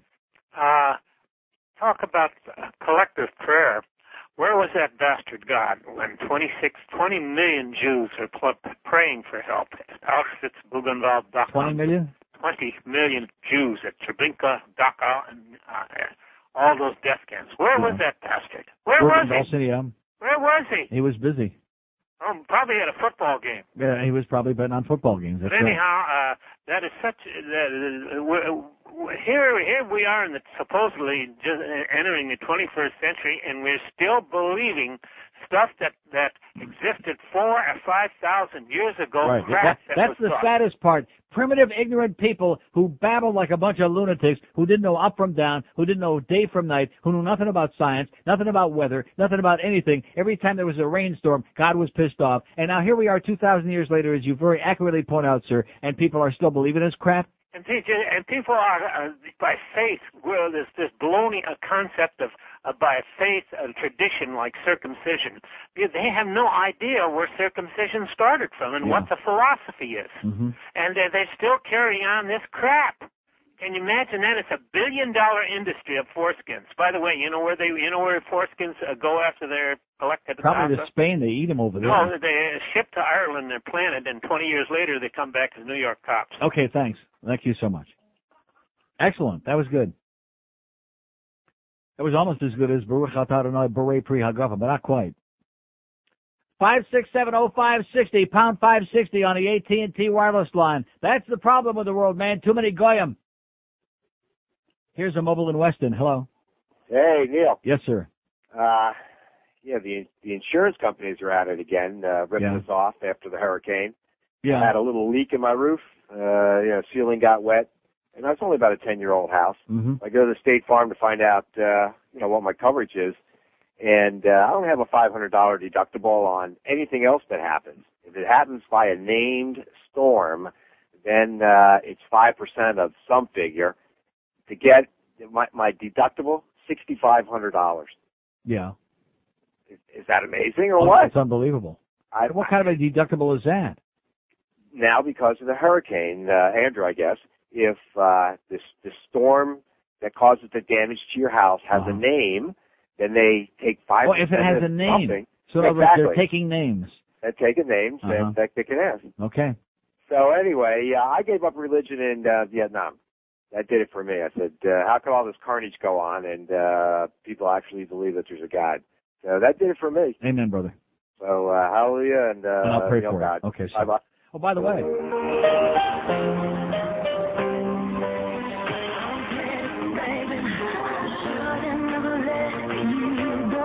A lot of guys believe in that, I'll tell you that.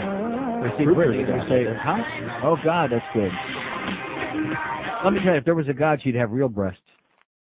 We don't care. No, that's not the point. If there was a God, she would have had to, enlarge her boobs. She would have had big, beautiful, supple breasts, and, that's the way. No, seriously, it's like the thing with circumcision. If God wanted Jews to be circumcised, to tell the men from the Goyim, or however that thing goes, they would have been born circumcised. How's he going to support them if they don't inflict pain on themselves in his name? That's how they prove that, they love God. You're missing the whole point. You don't want to put all the moils out of business. 4 minutes before noon at 560 QAM. This is 560 QAM. Oh! WQAM, Georgie Bush says that his nose is clean and never puts up in it. 'Cause he's running for the White House, so he just can't admit it.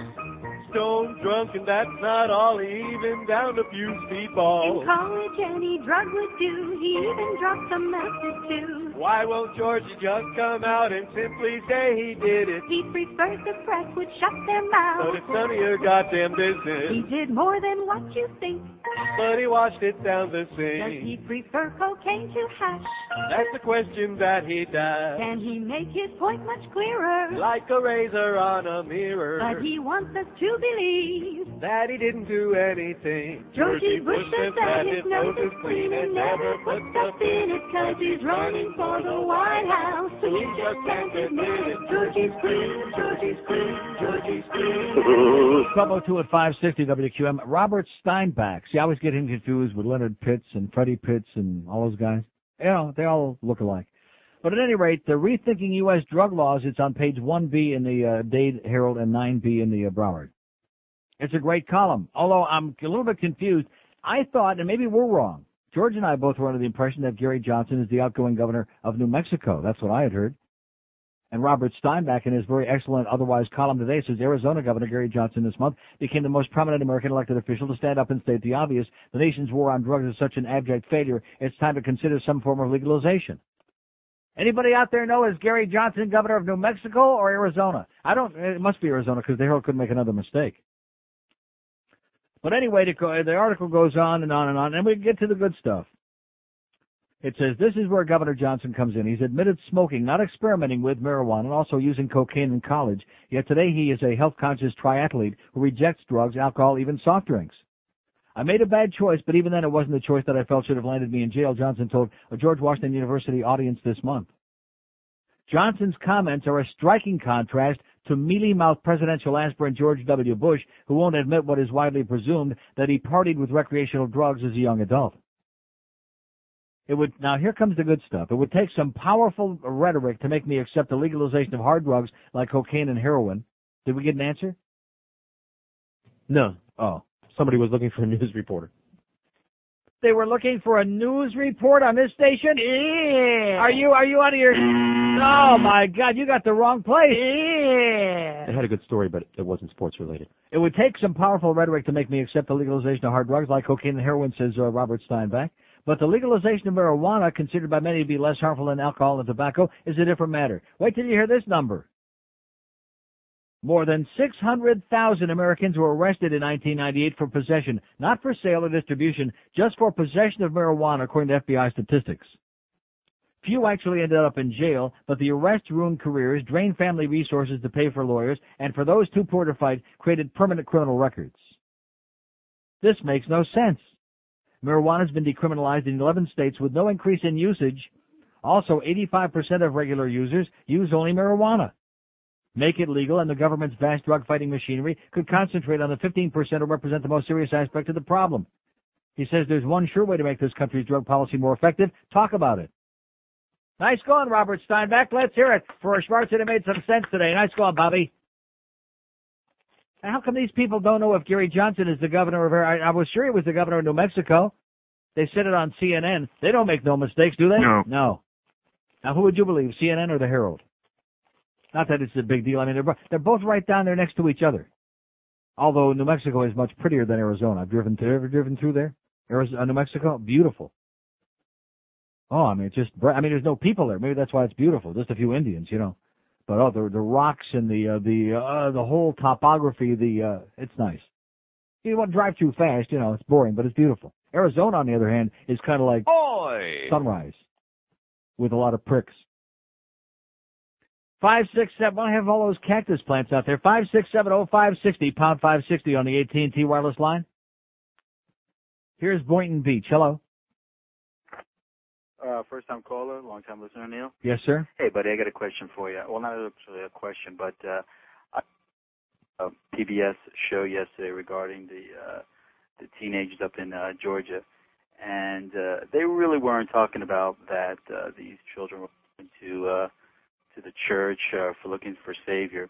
Their message was really that the responsibility starts with the parents. Yeah. And how those parents raise their kids, and that a few of the troublesome kids did go to these Christian meetings every Thursday night, and one of the kids finally said, hey, listen, I asked God to give me a sign, and if you don't give me a sign, I'm just walking out of this whole thing and going back to my reckless life. Mm-hmm. And he basically did that because he just didn't find it. He didn't find his answers through God. And then, of course, there was the lunatic in Fort Worth, Texas, that went into the church who was anti-religion, and he was shooting up people too. So that, you know, it's not that there aren't anti-religionists who do aberrant things too. Yeah, exactly. So anyways, I mean, the show was good. It had a lot of information. I mean, me being a parent, having two young kids, I'm looking at my 2 and 3-year-old here, and I'm saying, man, I got my work cut out. You sure do. Yeah. Well, anyways, good show today, and keep it up, man. Good luck, pal. Thanks. Bye. Okay, 400 open lines all of a sudden here. 5671. New Mexico. See, we were right. I mean, it's a great column, Robert Steinbach, and I realize maybe they don't let no Schwarzers in New Mexico, but, I mean, come on. How can the Herald keep making mistake after mistake after mistake? If you read it in the Herald, you know you better look it up.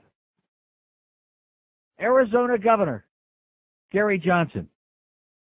He's the governor of New Mexico. I know it's right next door. It's right there between Texas and Arizona. New Mexico, it's a very, not in our minds very much because there's not much going on there. Except maybe quarter horse races, I guess. 5670560, pound 560 on it. See, this goes back to what I was talking about at the beginning of the show today. Like Jim Barry and Zagacki on there on Channel 4. The unbeaten Panthers. Why don't you get it right? Why can't you people get it right? You just talk, and you, in this town you can get away with it. You can say any goddamn thing you want or put anything in a paper, and you usually get away with it. Here's Kendall. Hello.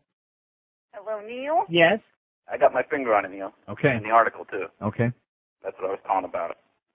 It says 85% of regular drug users only use marijuana. That's what I just said. I just read it. Right. Why don't they, I think decriminalization, of which 11 states has done, is one thing, but why don't they just legalize it with the regulating with all the tax money they can concentrate on the other 15% as a health problem? Right. Because that makes too much sense. Right. Because then all these people in DEA would be out of business. Right. Well, I think that's the way to do it. Remember, this guy... 600,000 arrests just for possession last year in this country. 600,000. And this governor in college was a pot-smoking, coke-sniffing guy who now rejects everything. Just like most people who are arrested for just that. It's called hypocrite. I urge anyone who doesn't, even if they don't smoke pot, if they've ever smoked pot or know anyone who has ever smoked marijuana, please read this article and let's address this. I mean, it's simple. Too simple, right? Amen. Right, Neil. Final thing. Yes? The new most sexy woman on daytime, Olivia. I don't know who that is. Olivia, the one Josh is hitting on? Oh, she's sexy? Almost as sexy as Oh, tomorrow. and by the way, I'm so glad you mentioned Guiding Light. First of all, Olivia is not sexy. You got bad taste. But all of a sudden, Josh and Reva's daughter, who used to be like 9 years old, all of us, this is what happens to characters on this show. One day they're little punky kids and you watch them grow up, and then they go from like 10 to 20. Have you seen the blonde daughter, Mara, whatever her name is? Yeah, the one Max is hitting on. Yeah. No, Mara. Right. Max is switching from Susan to Mara. They're nice going, Max. Thanks for the good news, sir, and get some taste. Oh, Olivia. All I can say is 56705, say bring Jay back. Bring Jay and Zach back. 5670560, pound 560 on the AT&T wireless line. Looking for the answers. Are we going to get them? No. Let's pray. God is listening to all of us at the same time. Does that make any sense to anybody? No. 10 minutes after noon at 560 WQM. Neil, God.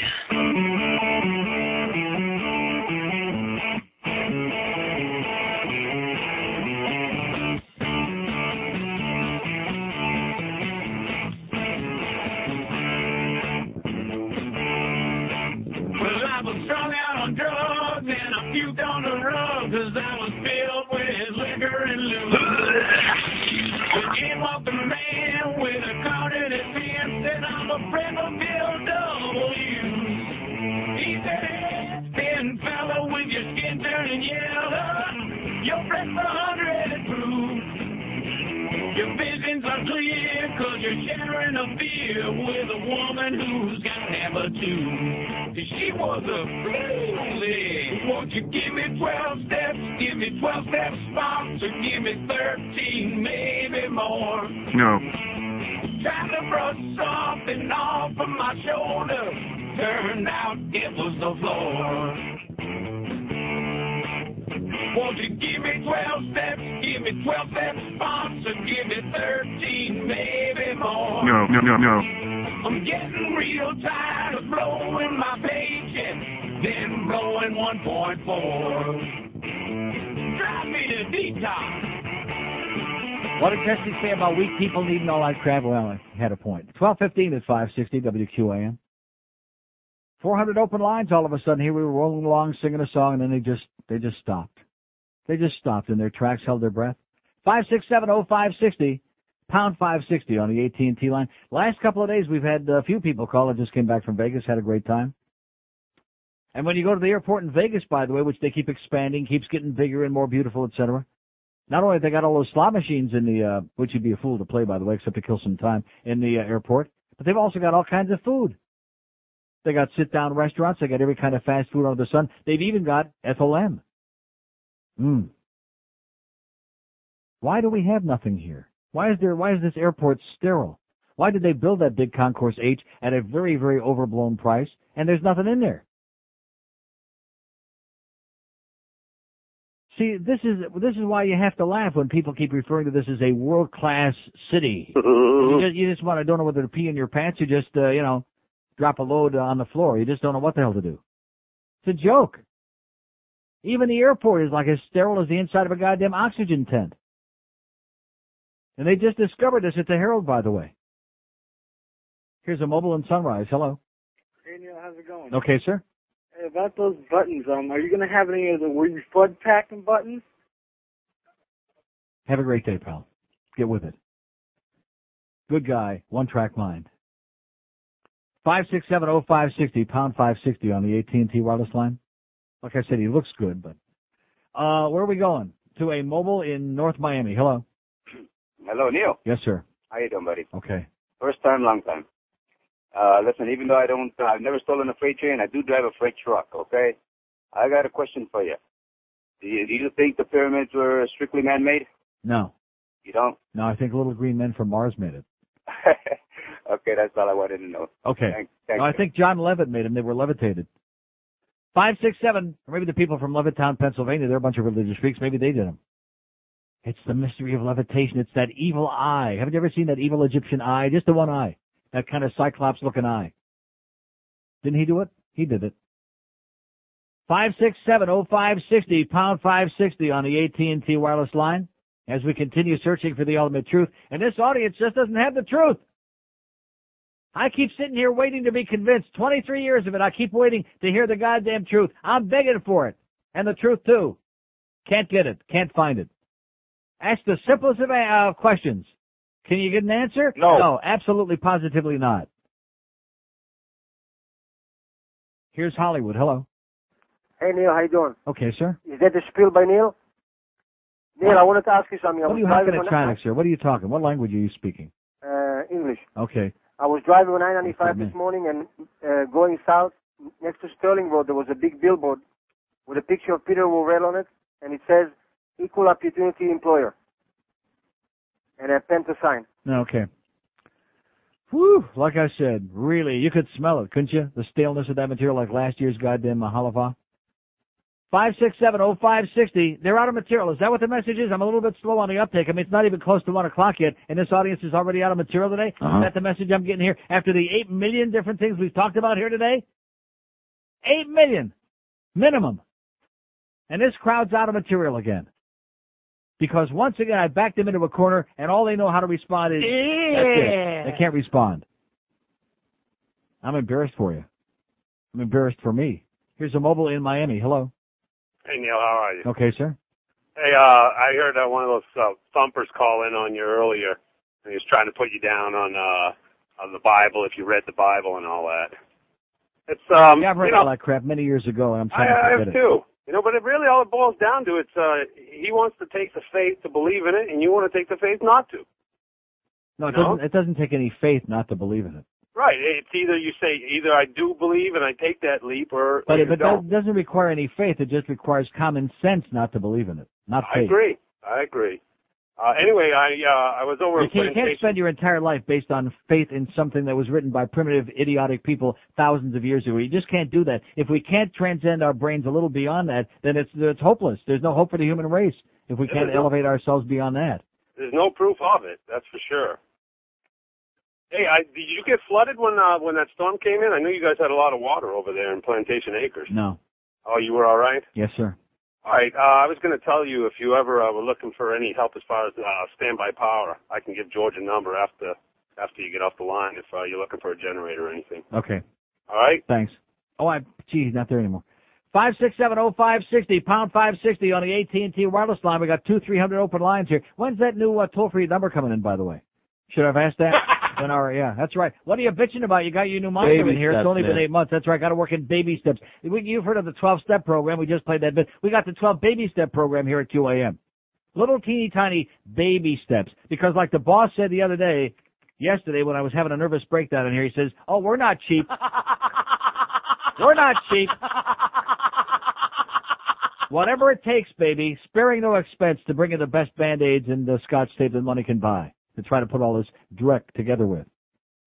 The best LePage's glue that money can buy, if we can get it on credit, which we doubt. Anybody ready to give this place credit? No. I don't think so. Here's a mobile in Medley. Hello. Hello, Neil? Yes, sir. Okay. You were talking about the slot machines in the airport and so forth.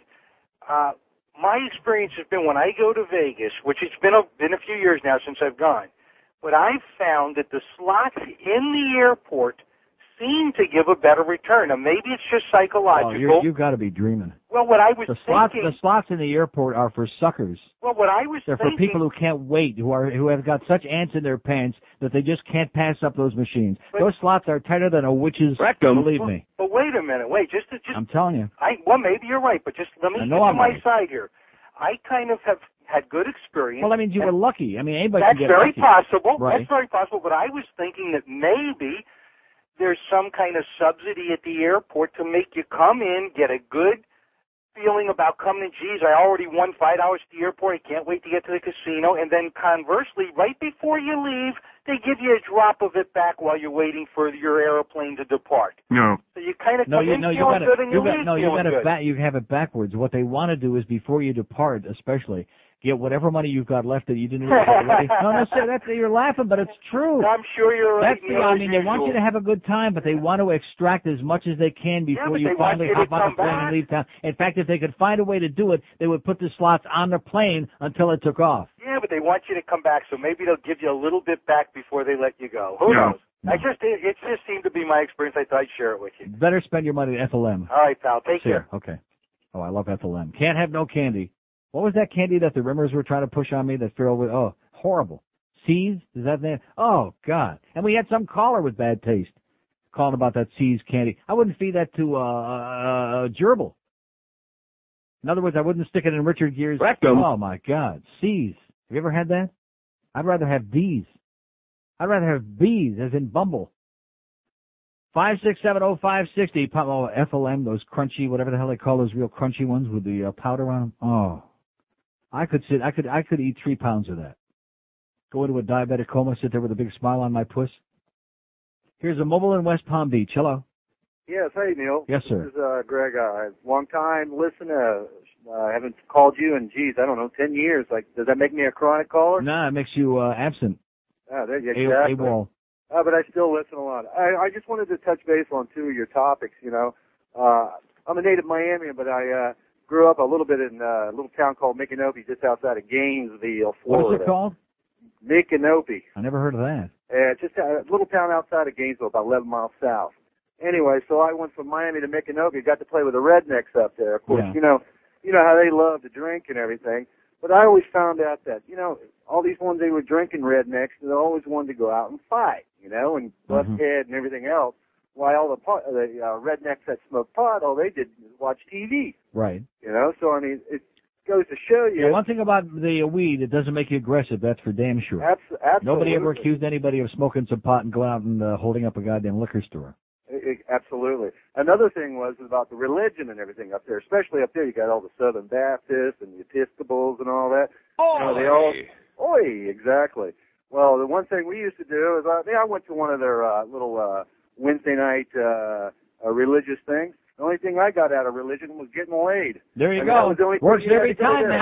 That's what it's all about. It's a social club. Absolutely. That's it. Well, those are the 2 topics. What do you think they mean when they talk about laying hands on? Absolutely. Have a great day, Neil, pal. take care. Then I'll pray for you.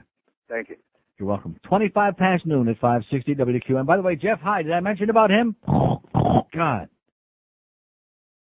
Right now, what is there to say about him, I mean, it's just hopeless. Or helpless. Remember that song by Kim Weston that Sonny Fox sent me that time? Helpless. God, I wish I had that right now. That's Jeff Hyde. Helpless and hopeless and fat.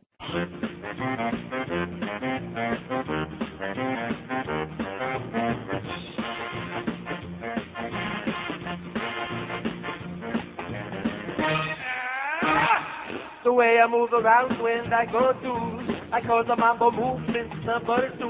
On the toilet seat I swing and sway to the mambo beat, the radio plays, blowing out a load and I'm all through. There's just one thing I got to do, a little bit of taste, but it's all I need, so I can make my hiney nice and clean.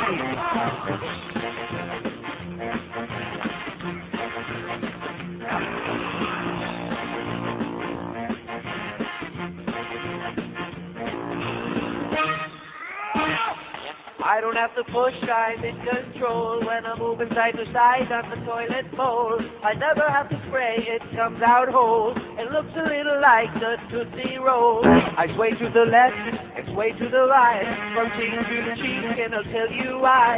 Not only are you burning calories, but you never ever get a big red ring.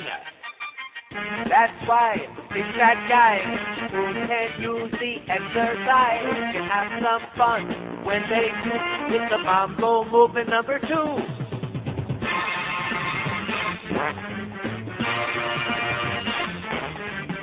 look at me, Alex. I'm doing the mambo. Oh, well, come on, do it. It looks like a wailing heat. Shut up and stop it. Okay, well, get out. 12:31 at 560 WQAM. Thanks to our good friends at Atlantic City Subs for a great lunch today. Not eating the bread. No bread. But it's great. Boy, they got the best damn stuff. 5670560. Boy, this is a really spastic crowd we got here today. But like I said, I think they're pretty much out of material today. Let's just eat. I'll just eat on the air. Make sounds. 5670560 pound 560 on the AT&T wireless line. Our plate is full today. We got 6,000 different things I've laid out there for you, and nobody wants to touch a one of them. Very sad. But very typical, too. Here's a mobile in West Palm. Hello. Neil, Yes, sir. I want to talk to you about the airport, but most importantly, you got the over-under on the Chilai or under-court Oh, you know something? game? I'm glad you mentioned that. I was driving home yesterday, and I enjoy listening to Hank, and I'm listening to him go on, and then he goes to the first 2 phone calls, and they're both gambling calls, and I pushed that CD in so hard, it almost went through the damn radiator. I would do it. I'll tell you what the difference is between Miami Airport and other ones. I don't get to the international ones like you do, but when you travel to St. Louis or you travel to Cleveland or any of those other cities, I don't mind going to the airport early.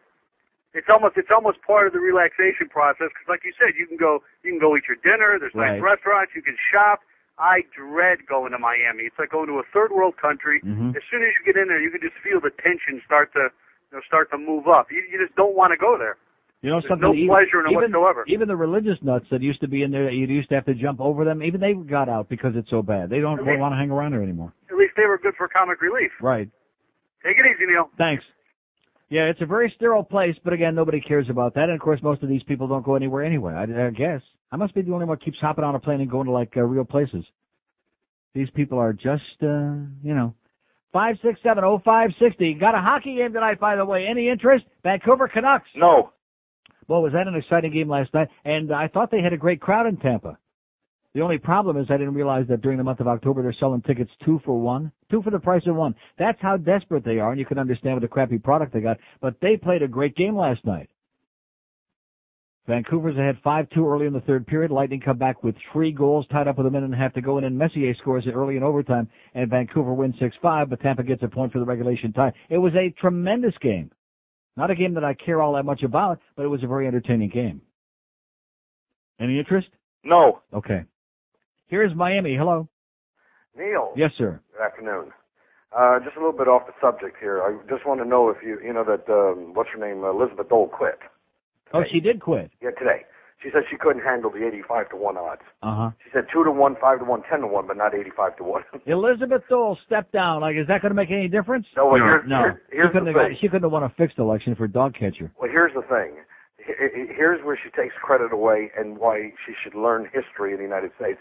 She says, we only hope, of course everything is we only hope that we paved the way for a woman to become president. Oh, yeah. And I said to myself, wait a minute. What about Geraldine Ferraro? We forget that. That was vice president. Mm-hmm. What about Shirley Chisholm? Yeah. 1972, a Schwarzler. Right. Right? So she took away all credit from Shirley Chisholm, Congresswoman Shirley. Well, maybe she's a racist, you know.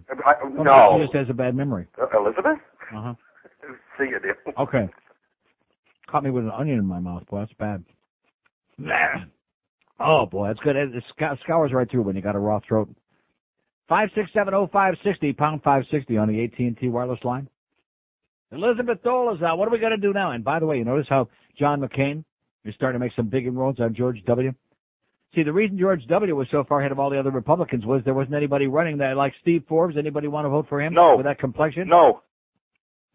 There's a bunch of clowns. Dan Quayle, a bunch of religious nuts.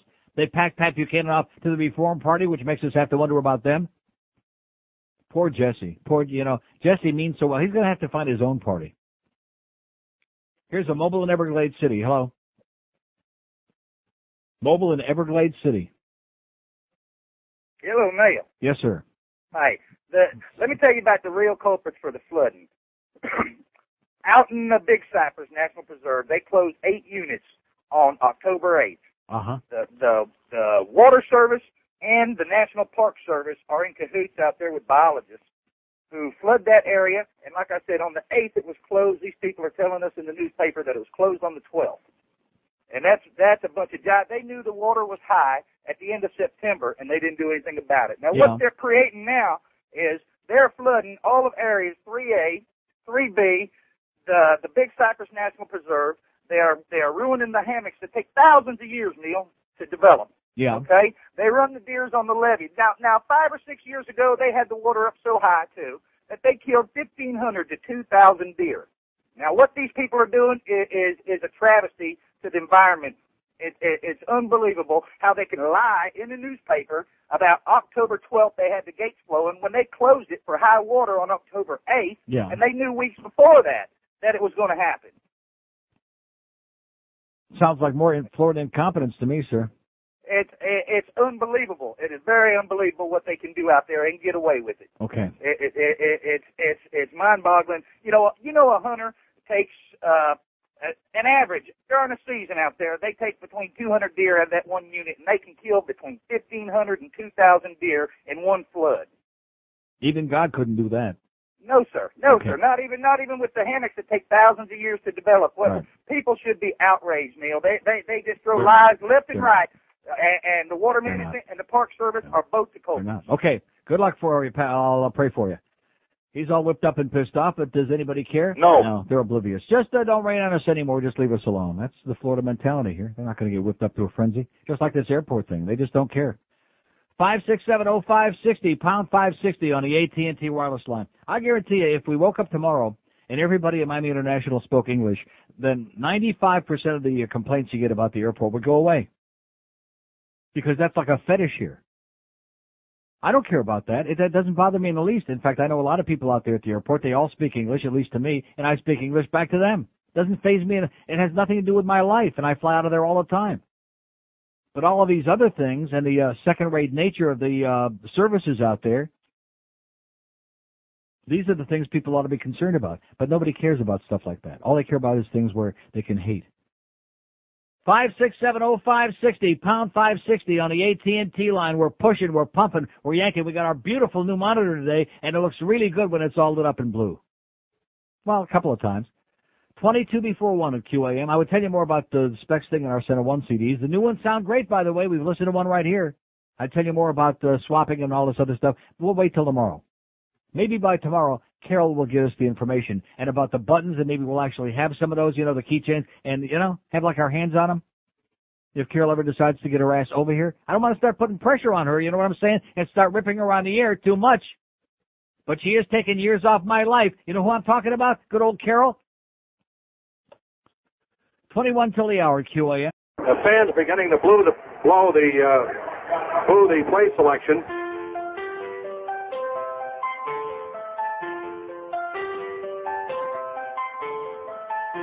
Put on my 501s and I headed for the street.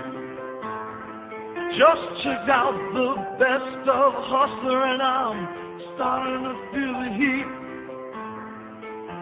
Suddenly I see people checking out my buttonfly scene. Yeah, I got a first-class riser. It's done pitched to tent my G. Now I'm sporting a Woody. All right. I'm finding it impossible to conceal. I'm sporting a Woody. I feel like an axle without a wheel. Ghost brothers, he was sporting one too. Followed him up to the gates of Graceland just to see what he would do. His roasted face was beaming as he headed for his room. There's a pretty little ghost, she's waiting for his post. Down in the jungle room, with 41 is in Memphis. Yes. It's really impossible to conceal. 41 is in Memphis. I feel like a natural without a will. 41 is in Memphis. It's almost impossible to conceal. 41 is in Memphis. Feel like an absolute. Top 45 at 560 WQAM. So anyway, I think Paul Tagliabue is, what did I say Paul Tagliabue? Where did that come from? I think that Bud Selig, is an even bigger asshole than we ever realized. What I think they should do, so we don't miss great games like last night, is start them a little bit later, like 11 o'clock at night. Here's one of the greatest sporting events, I would say, ever played in history. Certainly one of the best league championship games. Certainly one of the best postseason games ever played last night in Atlanta. And they start the game like 20 after 8. 20 after frickin' 8. They start the game. Now, I go to bed. I went to bed 11 o'clock. I'm not going to stay up because, you know, it's 9 to 8. The Mets have just gone ahead in the top of the ninth. I'm going to bed. I set my VCR. I start the tape rolling. It's going along. I get up this morning, and instead of looking in a newspaper, which takes the fun out of it, I just go back to the VCR and I watch on fast forward, and the Braves tie it up in the bottom of the ninth. It's 9-9, and the Mets go ahead 10-9, and the Braves tie it up again. And in the 11th inning, here comes Kenny Rogers with the bases loaded. Here's the 3-2 pitch to Andrew Jones, way outside. It's ball 4. The Braves win. I mean, and the Mets are down 5-0, 7-3. They tie it up and actually go ahead twice. One of the great ball games in history. Even if you hate baseball, it was spectacular. And they start the game 20 after 8 on a weeknight. Bud Selig, you are an imbecile. We knew you were a moron. You're an imbecile. You're a jackass. One of the things you got to do if you're going to really perpetuate a sport is to get the kids involved. How many kids stayed up to watch the end of that baseball? How many adults stayed up? I have no idea what time it ended. It must have been 12:30, 1 o'clock in the morning. 11 innings. Nice going, Bud, you jackass. Yeah, Hank's right about that. But yesterday I heard, I wasn't going to bring this up, but I'm so outraged by it. You know, see, Hank, unfortunately, he likes everybody. Except for Raul Martinez and Barry Jackass, Hank likes everybody. He's not as much of a curmudgeon as he used to be. And I don't know whether it's a name-dropping thing or what it might be, but yesterday when he started sucking up to John Sterling, because yesterday morning on the worst team, they were playing that awful call when the Yankees won the last out of the game. The Yankees win. John Sterling is not only the worst baseball announcer in history, the worst. He's also a major... He's an asshole. You ask Joe Angel. Ask anybody who's ever worked with John Sterling. They chased him out of Atlanta on a rail. They hated him like poison. Everybody who's ever worked with him says this man belongs in a rubber room. They need a butterfly net. And Hank's going on about, oh, what a distinctive call. Let's hear that again. And, yeah, I really like John. I worked with him, you know. Maybe he had a couple of lunches with him, something like that. Yeah. That must have been it. Let's drop his name, too. Why not? That was, yeah. I mean, I don't mind you dropping names, Humper, but Jesus, John Sterling? And then yesterday morning, by the way, now that I'm getting on a roll on this, here's Beefo on there. And he's ripping the radio guys. Jack Buck, which I agree with him on that. Jack Buck 10 years ago became senile. And Ernie Harwell. I heard Ernie Harwell on this station from CBS one night last week doing one of the playoff games. I was in the car. The hair on the back of my neck stood up. I got goosebumps just hearing Ernie's voice again. So what if it sounds like he's got his false teeth in a glass and he left them out? He's still great. He's 100 years old. I'm going to tell you something. The guys around this so-called sports station wouldn't know great sportscasters if they bit them on the ass. That's what just bugs the hell out of me. They just don't get it. Maybe they've just been down here too long. They've been isolated. All these dumb ex-jocks, all these idiotic, moronic ex-jocks, talk, just like babbling brooks, if you pardon that expression. You know who I'm talking about? On and on, like Tim McCarver, who's got to second guess every pitch and every play, and is almost always wrong, by the way. Never stops talking. Fran Healy, illiterate at best. Illiterate would be a compliment for Fran Healy. You see, one thing about in New York City, they've gone from the greatest talent like Mel Allen and Jim Woods and Red Barber and all those guys, they've gone to the worst. I mean, name me a great Yankee announcer. Name me a great Yankee or Mets announcer. They got Ralph Kiner, who had a stroke, who you can't understand a word that he says. But we got to have all our ex-jocks in there, or it just isn't the same. Ralph Kiner, his pitches, even when he was before the stroke, you couldn't understand him. He was incoherent. And Beefo's on there ripping Ernie Harwell yesterday. I told you, Beefo is he's the chigger in the woodpile. Don't ever forget it. He makes the Taglier look like a goddamn Sunday school preacher. Here's West Palm Beach. Hello. Sunday's game was better than last night's. Yeah. Yeah, I mean, look, I'm a Mets fan. I'm upset they lost, but you know what? It's just sports. Life goes on. You know? But that's not the point. Why the hell did they have to end the game at 1 in the morning? No, that does piss me off. Why can't they start the game 7 o'clock at night? No, you would think it would matter more. More people from New York are probably watching the game than anywhere in the country. And how about when they had the game starting 11 o'clock out in Arizona on the West Oh, Coast? you know what? I don't know. I don't know about What kind of a moron is Bud Selig? No, I don't know, because they care more. I don't know. They care more about prime time out west. Well, why would that be? New I York don't know. is the number one market, and here's your team is in there. The Mets playing like the stinking Diamondbacks. But who cares about the Diamondbacks? I know. The reason I called, you talking about MIA. Yeah, it's a lousy airport. O'Hare's up there too. Yeah. Nothing to do there. Well, Go to the airport. You just have to get there right before the plane, so you don't have to. You know what I mean? Yeah. There's nothing to do there. But the other reason I called, we get one of the stations up here, and they're running an interview with that school board guy who had the guns. Yeah, Demetrio Perez. Yeah, they're interviewing the guy. Couldn't understand a single word coming out of this guy's mouth. Yeah. I don't know if it was English or not, but it was so incoherent. Yeah. Exactly. And this Well, guy's on the he's board. only been here like 30 years. What do you expect? But that is one of the wonderful things about this region. You get people like that, and he's on the board. That is correct. That's amazing. He's a former commissioner, by the way, former city commissioner. That's amazing. Mm-hmm. It really is. And people that tells ask you everything you need to know, sir. People ask, why people don't like this area. Well, you know what? If you don't live here, you don't know.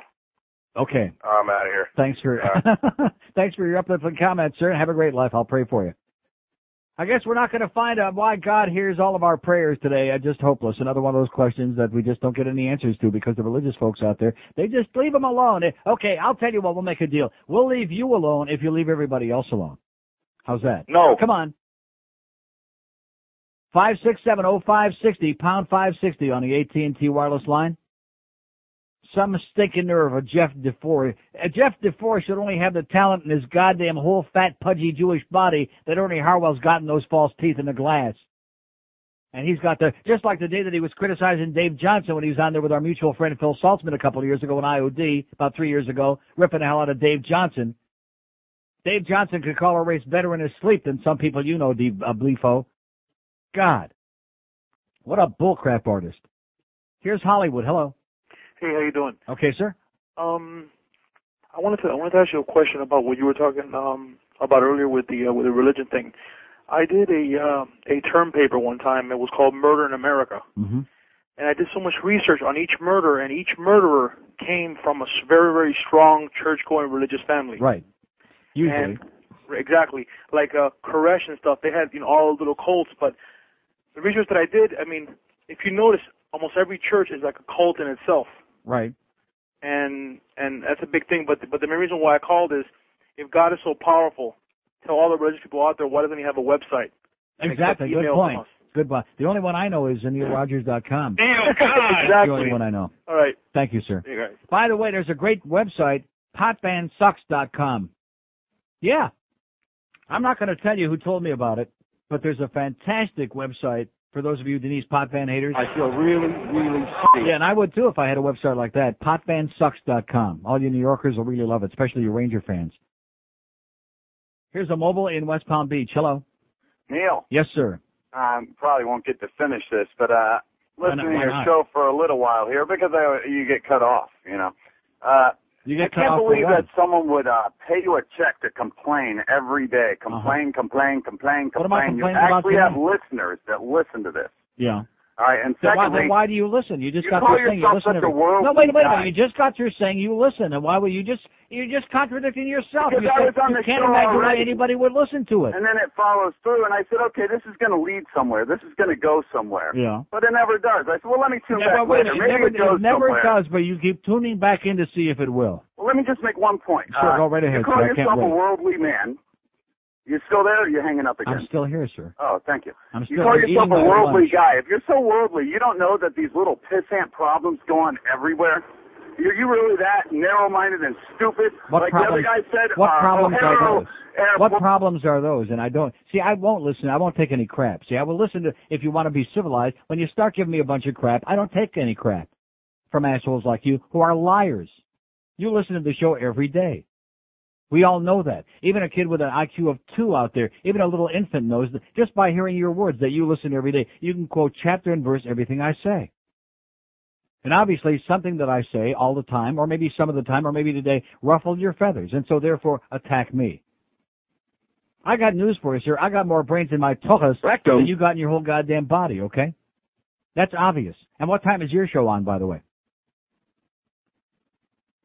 Here's a mobile in Boca. Hello.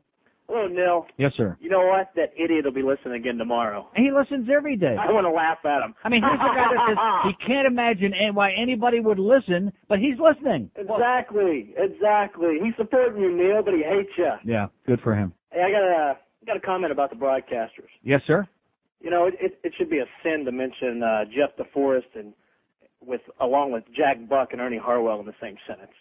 I mean, I agree with him that Jack Buck has lost it, but he was one of the greats of all time. But I mean, Ernie Harwell sounds as good today as he did 20 years ago. There's nothing wrong with Ernie Harwell. I agree. I can listen to Jack Buck or Ernie Harwell, even Ernie Harwell, who's past his prime, much more than I can listen to Sean McDonough. Oh, Sean McDonough, coma man. You either look at him or you listen to him. Either one will put you in an instant coma. This man's got to have naked pictures, sir. He's all over the place. He's on the Red Sox. CBS uses him all over. This man is as boring as listening to paint dry. I hear you. You know, whenever I can't go to sleep, I just pull out that tape of the Works 92 every World time, Series man. with Sean McDonough, a man with naked pictures, a catalog of them. I tell you what, I do like the Dolphins, but Mad Dog, is that the guy's nickname that does the color on the Dolphins radio? Yeah. Yes, that's the guy. Yeah. That guy is too overly dramatic. Mandich? Yes, Mandich. You don't like Mad Dog? I mean, The it's great- like every third play. That's the greatest play I've ever seen. The Dolphins Oh, are back right. in it. Yeah. I don't know. I just had to put my 2 cents. Live and let live. Exactly. God bless you. Oh, my God, your breasts are beautiful. Thank you. 5670560, pound 560 on the AT&T wireless line. He was doing so good till he started referring to my close personal friend, Jim Mandich. The greatest ex-Jock broadcaster in America. He is. There's no comparison. Now, see, there used to be some good ex-Jock like Buddy Blattner, former Giants first baseman. He was great. Then they fired him because Dizzy Dean had a bigger name. Dizzy Dean was illiterate. And then there's Pat Summerall, ex-Jock. Great. But most ex-Jocks are illiterate, boring, and not broadcasters. 1257 at 560 QAM. WQAM, Miami, Fort Lauderdale. It's not just the 1 to 2 hour, it's a phenomenon.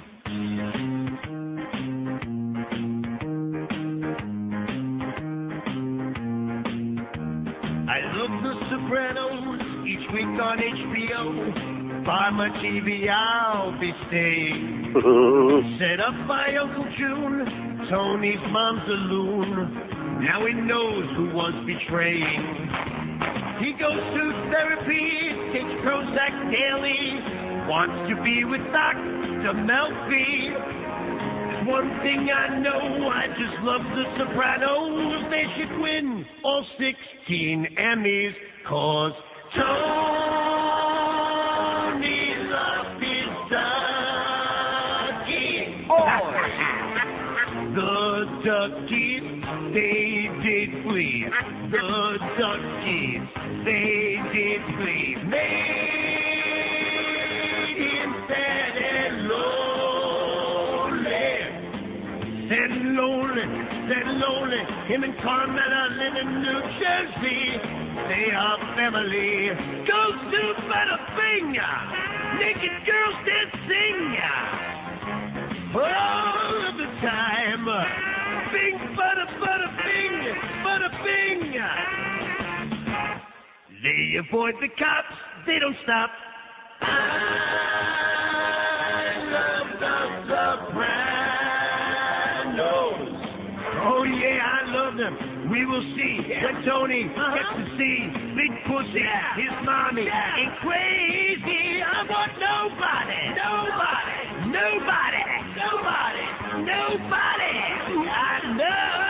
I want nobody to miss this show. HBO, The Sopranos. Oh yeah. No. What do you think? You got a big one?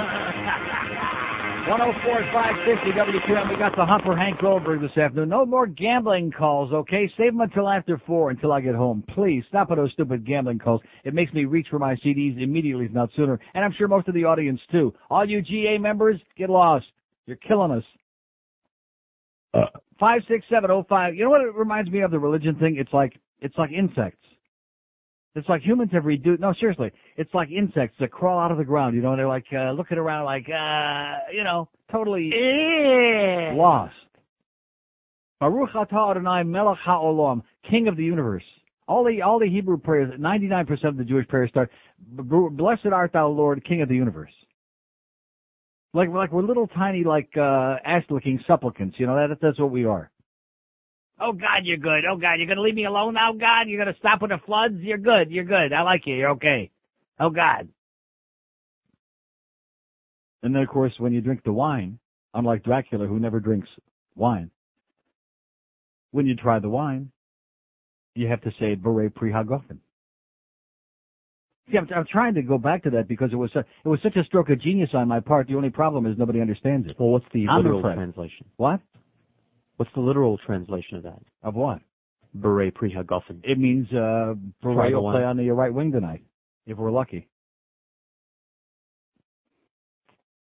Yeah, that's true. I never thought about that. We got two great wine lines. We got Try the Wine from Clockwork Orange, and we got I Never Drink Wine from... I saw that the other night, by the way. It was on the CBC very late at night, and I watched the whole thing again. Oh, yeah, Renfield. In fact, I thought to myself, Renfield must work once at QAM. Yeah, absolutely. It still does. Oh, that's right, in the production. Here's Hollywood. Hello. Yeah. Yes, sir. Let's get to the real religion. Yeah. Pro football. Uh-huh. New England and Buffalo, different games. Offense. 5670560, pound 560 on the AT&T wireless line. You're boring, pal. You're really boring. Here's a mobile implantation. Hello. Hey, Neil? Yes, sir. I got a comment for that bonehead that called in before. Which one was that?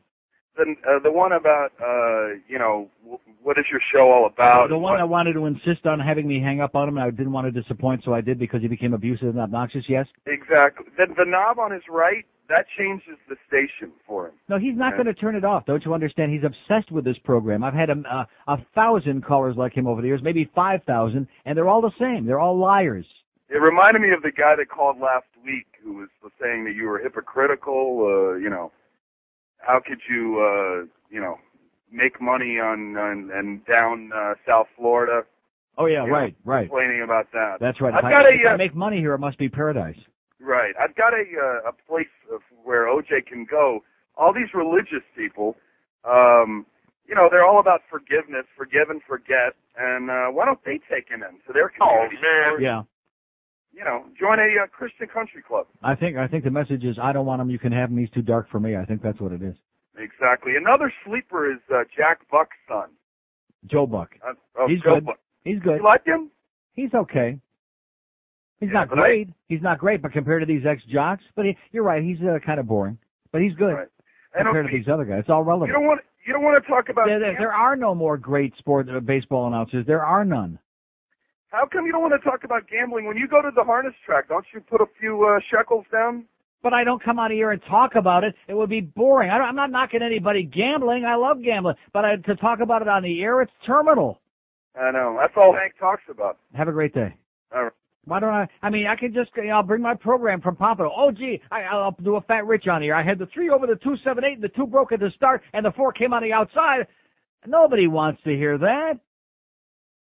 You guys out there, I don't begrudge you all your illegal gambling. Have a good time. It should all be legal. I don't have a problem with that. But nobody wants to hear it. It's terminal. It's coma-inducing. It's ponderous. You talk about narrowcasting. Jesus, why don't we just shut the damn station off during the GA hours? You know what I'm talking about, Ed? Yes. I bet you do.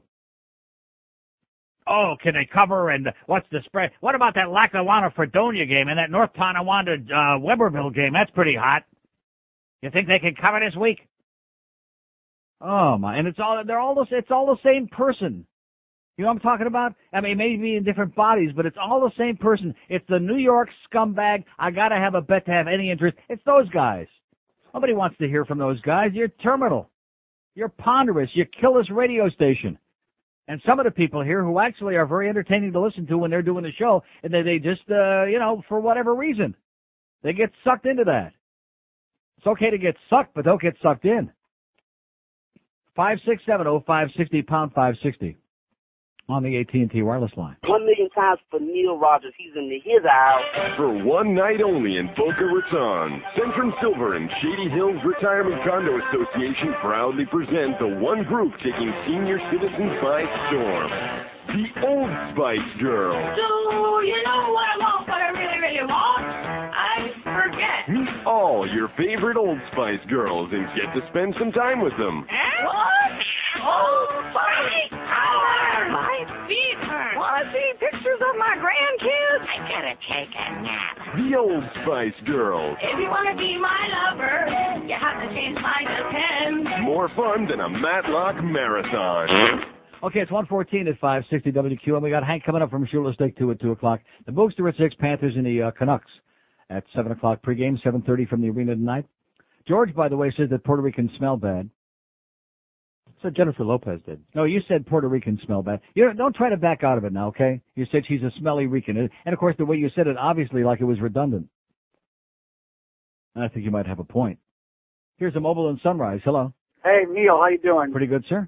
Hey, listen, I grew up in Detroit, listened to Ernie Harwell and George Kell doing the Tiger games. I thought, and George Kell was an ex-athlete, if I'm not mistaken. George Kell was terrible. Oh, he was terrible? Awful. Okay. You like George Kell? You thought George Kell was a broadcaster? I grew up there, so I really tried to only remember. Rocky could get a hold of one now, and if only Storm and Norman... George Kell was a joke. I mean, putting him in the same class with Ernie Harwell would be like talking about gold and the dog crap.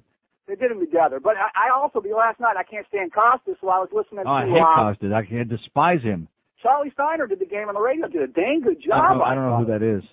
He's a broadcaster for ESPN Radio. Oh. He was on your station, actually, and he did a really good job. And the other thing, I think Defoe's great. But anyways, you rule. Later, thank you. Okay, I'm not knocking Defoe as whatever he does on the air, whatever that is, a fence rider. But as far as his opinions on these broadcasters, clueless. I mean, just clueless.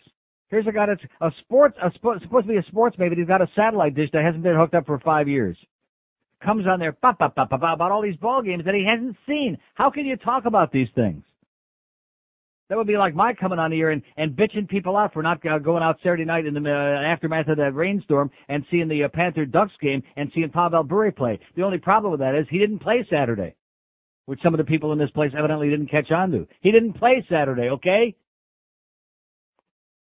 5670560, pound 560 on the AT&T wireless line. Here's Port St. Lucie. Hello. Neil. Yes, sir. Hey, how you doing? Okay. I just wondered, have you ever seen this thing on TV called the Trinity Broadcasting Network? Sure. Jan and Paul Crotch. Isn't that the most ridiculous thing you've ever seen? Good rip-off of Jim and Tammy Faye, don't you think? I was watching it last night. They have this guy, Benny Hill, he touches the people and they just fall. He touches it. He touches it. I want to be touched that way, you know? Do you? Hey. Come on over. Oh, yeah? I'll see if you fall down. All right. Okay, pal, I'll pray for you. All right. Okay. He likes that hands-on approach, right? Uh-huh. You bet. Benny Hinn, baby. And he admits that, it's staged bullcrap, but, and of course he don't want to admit that they're getting paid off to do it. 5670560. We want some Puerto Ricans to call in to rip George, okay, for saying that disgusting. I mean, you hate the Puerto Ricans, you hate the Jews. You obviously don't like the Spartans because you're always talking about your best friend is black. So anybody who says that's obviously a racist. Is there any group besides and the old Cubans you hate? Is there any group you like? You hate the Mexicans. Just the Indians. You call them bean pickers in India. No, Yeah, beaners. Yeah, beaners. Isn't that what you get at Taco Bell? Beaners. Don't they have that in Germany? I think they have Mexican Germans. They eat Beaner Schnitzel. Baruch atah. Here's Fort Lauderdale. Hello. Neil, how you doing? Okay, sir. I'm going to give you a great ex-jock who was he's also Jewish, Steve Stone. No, he's not great. Steve doesn't do play-by-play. He does color. Steve is good. Steve is good. He doesn't do play-by-play. He's real good. His insight is right on. Yeah. A lot of the time. I don't know if you've listened to any Cub games. Have I listened to any Cub games for like the last 12 years? Sure, until Harry died. Once Harry died, I mean, Chip is okay, you know. He's no Harry. Chip's a good announcer. Yeah, he's good. He's good. All right. But he's not Skip. And he's not Harry. And he's definitely not Harry. Okay, pal, have a great day. You're right. Steve's good. But Steve is a color guy. I'm talking about play-by-play guys. And the color guys like McCarver. Motormouth. That's going to be our poll question tomorrow. Who uses the most words in the telecast of a sporting event? Tim McCarver or John Davidson? Do these people know who John Davidson is, JD? No. They don't know who that is. With the Rangers. Oh, my God. It's a miracle that Sam Rosen even gets paid because they don't allow him to speak. And he doesn't say anything. That's the best part. He doesn't say a goddamn thing. Besides being a shameless shill, a homer. Vitamin E cuts smokers' cancer risk, by the way. A diet rich in vitamin E foods, including nuts and whole grains, can lower the risk of lung cancer among smokers by about 20%. A study of more than 29,000 male smokers in Finland. Researchers found those who had high blood levels of alpha-tocopherol, the main form of vitamin E. That's natural. I take vitamin E every day, and I don't even smoke. Although I do occasionally try some nuts. What? I love nuts. But at any rate, you've got to make sure you don't get DL. That's synthetic. Now, some people will tell you, oh, it's the same thing. Guess what? D-alpha-tocopherol, natural vitamin E. That's the best. Don't be taking a bunch of synthetic crap, please. Oh, but it's so expensive. Well, let me ask you this. How much is your life worth, okay? How much is it worth that you're willing to take your money and toss it out to go see a bitch like Bette Midler in the pouring rain? That was embarrassing. I'm still humiliated. For anybody, any person on the face of this earth that went in the pouring rain and showed up there Friday. They stunk. Oh, my God. Can't believe it. Here's a mobile in Aventura. Hello. Neil, what's going on? Yes, sir. Hey, I just a couple points. I'm a transplant from the West Coast, so at least we don't have Jim Rome down here. Yeah, we do. Is he down here? Oh, yeah, he's on 940 right now, as a matter of fact. Oh, that's kind of scary. I didn't Love to know promote that show. Well, I'm glad you scared me away from that. Instant tune-out. Hey, I just got a quick question on atheism and the religious topic. I'd throw some here. My viewpoint is, religion. I think there's some good things that come out of faith, but from an intellectual standpoint, good things come out of faith in what? In fairy tales? Well, never. From an intellectual standpoint, there's a lot of theories. I don't understand. If you do believe, what are you not gaining? I mean, if there's a chance there is a heaven and hell, however slim it is. So in other words, you're going to lie to yourself. You don't really believe it, but just in case, you're going to cover your ass and pretend you believe it. What kind of a life is that? I don't think pretending is the case. From an intellectual standpoint. No, you keep using the word intellectual. No, it's intellectually dishonest. It's not intellectual. It's intellectually dishonest. There's a chance. Do you believe in evolution? There's a chance that didn't occur. No, there is no chance. There is absolutely no chance that evolution didn't occur, and it's still occurring right now. Yeah, but there's no. And if you don't believe me, listen to some of these callers. Yeah, exactly. Well, that's my point is just from an intellectual. We're watching NBA games. 0.0001 chance. Hey, I just moved down here today, so I know there's some evolution going on. You'll find out. Believe me when I tell you. Exactly. But I just thought I'd bring that up. I mean, just from an intellectual standpoint. Stop saying that and have a great day. Get out of here. I'll pray for you, pal. From an intellectual standpoint. Intellectually dishonest. You're lying to yourself. Well, I don't really believe these fairy tales, but just in case, I'll tell everybody I do. In case there's a heaven and a hell. There's a hell. Your soul is going to burn on that eternal lake of fire. You wait and see. You're going to be sorry, mister. I only pity people that small, that pygmy-minded. I pity them. Here's a mobile in the Gables. Hello. Neil. Yes, sir. You're the voice of sanity and common sense in this pathetic bile duct known as Florida. Absolutely correct, sir. Thanks again for reinforcing my atheistic ideals. And God bless you, sir. Hey, did you hear about Brooke using the F word? Yes, I did. It was hilarious. She berated the caller who called in to call her on it. Yeah. She was pathetic. She is pathetic, but I'm glad you're listening to her, though. Hey, I am a somebody. transplant from San Francisco area myself. Uh-huh. Well, tell me the story of Alex Bennett and what happened to him down here. Tell you the story of what happened? You alluded to it about a year ago. Does the word bomb ring any bells with you, sir? He came in here, even the Japanese in Hiroshima and Nagasaki never saw a bomb like Alex Bennett. He was on the air for a couple of months here, and one day he had kind of like a nervous breakdown on the air and walked out. Oh, I know. He showed up like 6 months later back in San Francisco and never heard what happened. And got canned. He got canned out there finally. What do you think caused it to bomb like that? Lack of talent. Oh, yeah? Yeah. Well, he's fantastic in San Francisco. Not here. He left his parts in San Francisco. Whatever he had going out there, believe me, when he came here, he didn't bring it with him. Yeah. Okay. The female sports fans concern me. Okay, have a great day. Bye. Whatever that meant. Bull Dykes, is that what he's saying? Maybe like the crowd that was out there, the old farts, the Bull Dykes, and the Screaming Queens to see Bette Midler the other night in the pouring hurricane. Alex Bennett. I'm looking under here. Don't we have an Alex Bennett thing of some kind in here? Yes. What is it? What is it? Might be under Rick and Alex. Rick and Alex? Come on, this guy I'm sure is dying to hear Alex, huh? I don't think so. I think you're dreaming. No, it's not in there. How about Riley? Riley and Bennett. Once upon a time. Well, one moment, please. Okay, folks, we're killing some time here looking for this thing. Sometimes. No, it's not in there. We used to have it.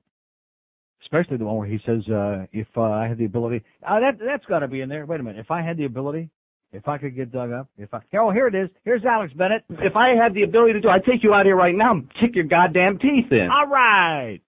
And I love the way he prefaced that with, if I had the ability. Did he have the ability? No. He's a wimpy little Rick's comeback line was actually also classic. We should have left that on there. Which said? I think ability is the operative word. Right. Let's hear it for Rick Riley, okay? No. Oh. 56705. Well, see, there's another guy. You don't like the Puerto Ricans. You don't like Rick Riley. You don't like anybody. I'm the one that's always, I like everybody. If they're nice people, I like them. I met a couple of nice Schwarzers. Here's West Palm Beach. Hello. Yeah. Yes, sir. I'm down here from Alabama. I drive trucks, and I just wanted to know that I'm so glad to hear that somewhere in the South there's a voice of sanity. You found it, man. Yeah, because we just went through about 6 months of pure Christian hell with the vote on the lottery thing. God forbid that you have a lottery and you know something? It's the same thing. Who's going to force Christians to buy lottery tickets? If they believe gambling is bad, then let them not buy it, okay? But why deprive the money from the state and education because everybody else wants to buy the tickets? Correct. I thought about that. I was thinking about that today. If I had a child, I'd be suing the state right now, or all the Christian organizations, for depriving my child of computers. Maybe we could find a few Neanderthal states, where there's very low population like Wyoming, and send all these good Christians out there and let them live the way they want to and leave everybody else alone. Right. I was just, I think it's going to have to happen. They're going to have a fire or some of these kids in these portable trailers, Amen. Have a good day. I'll pray for you, pal. Thanks. Okay. Okay, 2,500 open lines right now, 5670560. You're a little spastic today. Got spoiled after about the last 4 or 5 weeks. We've been smoking here pretty good on the days when the phone works. Even when it doesn't work, we've been doing okay. But today they're like up and down and not too sure because I shouldn't have done that thing again with the prayer in the football game. They get real upset about that. And the tailgate parties and the rednecks and all that. I mean, that's the Florida effing way, baby. You got a tailgate, man. That's why they don't like hockey too much. There ain't no tailgate parties. That's right. Oh, no, you don't understand why the attendance has been so low. Peter Warrick ain't playing yet, that big Schwartz, the big black guy named Peter. Now, when he comes back and they start beating the crap out of everybody, then they'll say, all right, now we're coming back. That's our hero. We like having a big Schwarzer on our team that's going to beat the crap out of the little guys on the other teams. We like that. 26 after 1 at 560 WQM. Oh, God.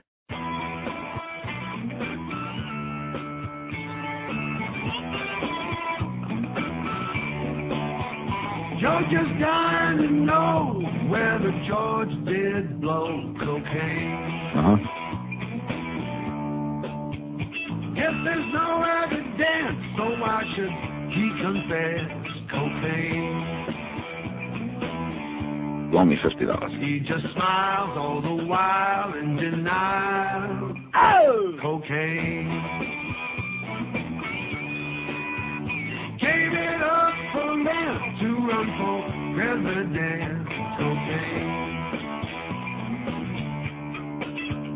Now he's wanting your vote, but don't ask him about cocaine. He'll just lie and he'll smile and deny cocaine. He'll tell you drugs are bad except for one he had, cocaine. And we're all pretty sure his 20s were a big blur, cocaine. What a sham, it's a scam, did a gram, cocaine. 132 at 560 WQM, 5670560, pound 560 on the AT&T wireless line. Rolling along, singing a song. Do any of these people, by the way, know who Ernie Hartwell is? No. Okay, just checking. All these great sports fans we got down here who lived here like for the last 50 years and have never gotten out of town very much. Here's Miramar. Hello. Hey, Neil. Yes, sir. Hey, listen, I know that you have a few criticisms for South Florida, but I moved down here from St. Louis, which is only one state away from Kansas. Think about that. Mm-hmm. And, about this religious thing, I remember they had that building up north that had the imprint of the Virgin Mary on it, And, a lot of people went up and had a religious experience. They even kissed that building. Conyers, Georgia. Yeah, and I have a birthmark on my ass just like that, and I'm inviting all the Christians to come and kiss my ass. Right now. Excellent. Okay. All right. They're lined up, pal. Have a good day. And the Zygazun.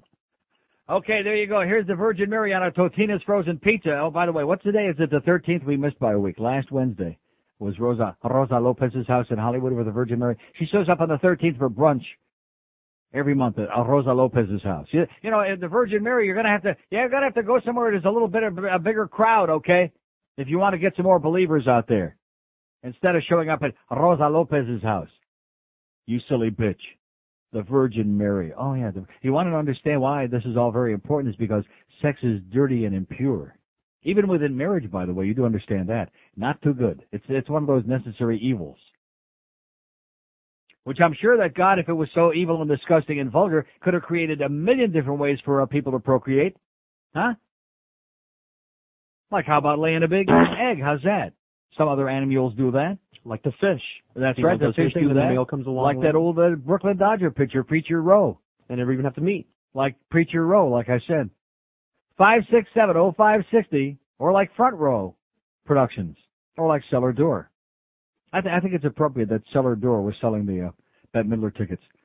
5670560, that's probably where they ought to throw her fat ass behind some cellar door and don't open it up again. Throw away the key. Here's Miami Beach. Hello. Hello. Yes, sir. Hey, Neil. I have this great story on religion. Yes. I work at over at Hialeah, and last week this one lady was eating at a restaurant. And after she was done, she went across the street. While she was crossing the street, the manager of the restaurant runs out and yells out, "Hey, lady, you forgot your Bible." So she attempts to cross the street back. Boy. On her way back, she gets hit by a car and died. All right. So she never made it to her Bible. Mm-hmm. So that just tells me that God does not exist. How do you like that? Thanks, if she would have just not forgotten the Bible, pal, that was the problem. There's a good lesson for all you kids out there. Squeeze it tight. Hang on to it tight. Don't ever let go of it. And the Bible, too. 5670560, pound 560 on the AT&T wireless line. Obviously a fiction, but a good story. Here's a mobile in Miami. Hello. Uncle Neil. Yes, sir. Yeah, I just wanted to get on, you're on Defoe's ass today. I wanted to get on it with you. It's big enough. You want to get on Defoe's rectum? Wow. Getting pretty Yeah. crowded. The one thing I can't stand about that guy, if that guy can't get an analogy in this decade when he tries to explain something, Yeah. if one thing isn't they got beat worse than Rodney King or Right. they had a better chance of winning than what's his name in California? He's got a better chance of getting out of prison on parole. Charles Manson, yeah. Charles Manson. Mhm. He did Reginald Denny the other day. Depot would be good in Iowa. He missed his calling because the corn would grow so much taller in Iowa if he could just be out there for a couple of years. He's a That corn team guy. is so bad they should been down there with Jim Jones drinking Kool-Aid. Right. I mean, Well, so get the in the only 90s. reason I like to do this and pick on you because I know that he's paranoid and delusional. And he takes it very, very seriously as opposed to, like Hank says, it's just a radio show. But Depot is very paranoid and delusional. And I know. Yeah, maybe he'll if he is listening. Oh, he's this will listening. help. This will help that paranoia. Hopefully, it'll change. I'm trying to feed it. Yeah. Okay, pal. All right, thanks, Jim. And Defoe says thanks too. Okay, 5'6", It's not that we don't like him personally, although George ain't too fond of him, but I mean, he's okay, for a fat guy, for a guy that's, no, I'll never forget it as long as I lived that Monday, or it was a Tuesday. He had been away on a 3-day drinking binge in the Keys, which I wasn't aware of. And he come in, I came in there on Tuesday morning, and he was out in the hallway there, and man, I'm telling you, his face looked like a goddamn light bulb. It was just unbelievable. And he was like all slovenly, and his puppet is getting bigger. And I thought to him, I said it on the air at the time, not because I don't like him, but because I'm worried about him. We're watching the disintegration of a human being right in front of our eyes. Here's a guy that always, I don't want to go through it again. He knows. I mean, he'll take this badly because he just doesn't understand these things. He takes it badly, and it's meant with the best of intent. Lose some weight. At least me. Okay, I'm fat, but I'm not any fatter than I was like 5 years ago. I'm less than I was 5 years ago. Hank is fat, but Hank's a lot less fat than he was a year ago. But Defoe, man, it's like a goddamn music explosion in his puppet. Must be that bad marriage, huh? Here's a mobile in Perrine. Hello. Hello, Neil. Yes, sir. How you doing? Yes, sir. 2 questions if you allow me. The second one. First one, who decided the Bette Midler thing? She or the promoter? Well, she wanted to go on, so obviously she didn't decide. But the powers that be, the promoter and the county, decided that they had to, call it off, in spite of her protests. Okay. Second question. The building, the county, the powers that be. All right. Second question. I'm several days late and a few $1 million short. What about this thing with Houston and L.A., the NFL? 1.3 for L.A. and they give it to Houston for $700 million. What about it? I mean, it's like, the day I heard it on the radio, I called up some guy on QAM. Yeah. Well, I'm not quite up on that. So I was wondering what happened there. I haven't, seen anything about it. It's like, why should the NFL... Well, what happened is that Houston sucked the money out of the taxpayers. They agreed to build a stadium, and L.A. said, no way, with no thanks. We're not going to use public funds to build a new stadium. And they said, okay, we're going to Houston. That's very simple. But I thought the guy in L.A. was got 1.3 for his 2 boys and the stadium. Who's the guy in L.A.? I don't know, the guy Davis. Al Davis? No, I think that was the guy who wanted to buy I heard nothing about that. The only thing I heard was that Houston came up with the money and L.A. did not. That's the only thing I heard. Well, and have a great day, and I don't care. Too many teams, too much expansion, just keep watering it down. People who are in favor of expansion are people who don't understand the weaknesses. That's the problem. Just like in baseball, all of these statistics are meaningless. They're a joke. Oh, he had 84 home runs this year against Little League pitching, and we're playing with a golf ball instead of a baseball because we got to juice it up a little bit to make some phony excitement. You're only fooling stupid people, okay? And the numbers are diminishing dramatically. You should have seen the number of people they had at the Washington Crab. Here's another case against John Henry Stadium. They built a brand new arena downtown Washington. Does anybody want to go downtown Washington where all the Schwarzers are? No, but they built it anyway, the MCI Center. Or whatever they call it. You could go bowling in there. They played that game last night, got pounded 7-1 by the Ducks. I never saw it. There were just enormous chunks of empty seats everywhere. They're not drawing flies.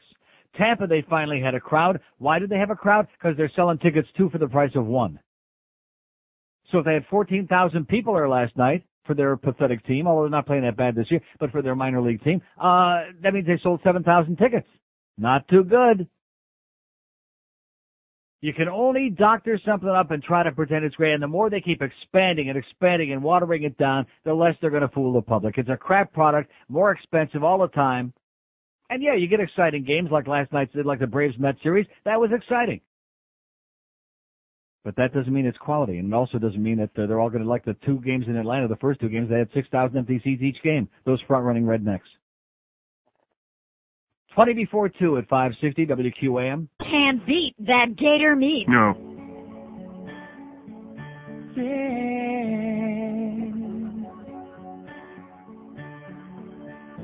We dance like sissies, we sing like wussies, but we must tell you, we swear we're not gay. If you wore these outfits to class, they would kick your ass regardless.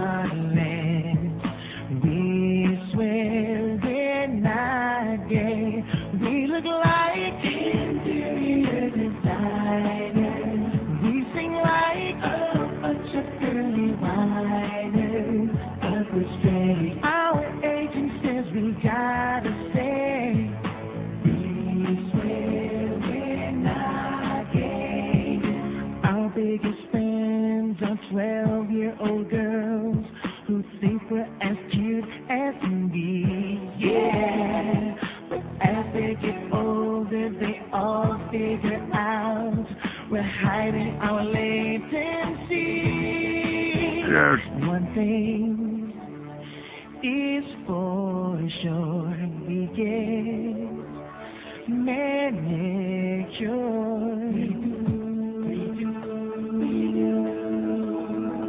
Wash our clothes on the delicate cycle.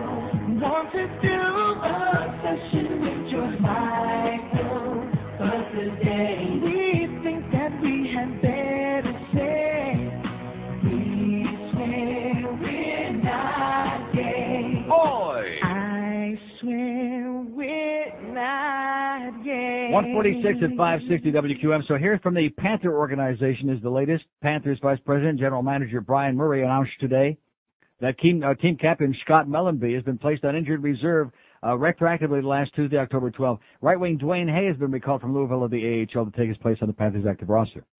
As you know, Mellenby in that Montreal game there at the end of the game, very end of the game, caught a skate in the rut, which is happening all the time, by the way, and went flying right at the end of the game, straight head first into the boards. And all you can say about Scott? He is on Queer Street right now. Right. Concussion, and he's still like woozy, and he'll be out for who knows. Do we know if Pavel's playing tonight? No. Well, let's pray, okay? Baruch atah. 567-0560, pound 560 on the AT&T line. Here's a mobile in Coral Springs. Hello.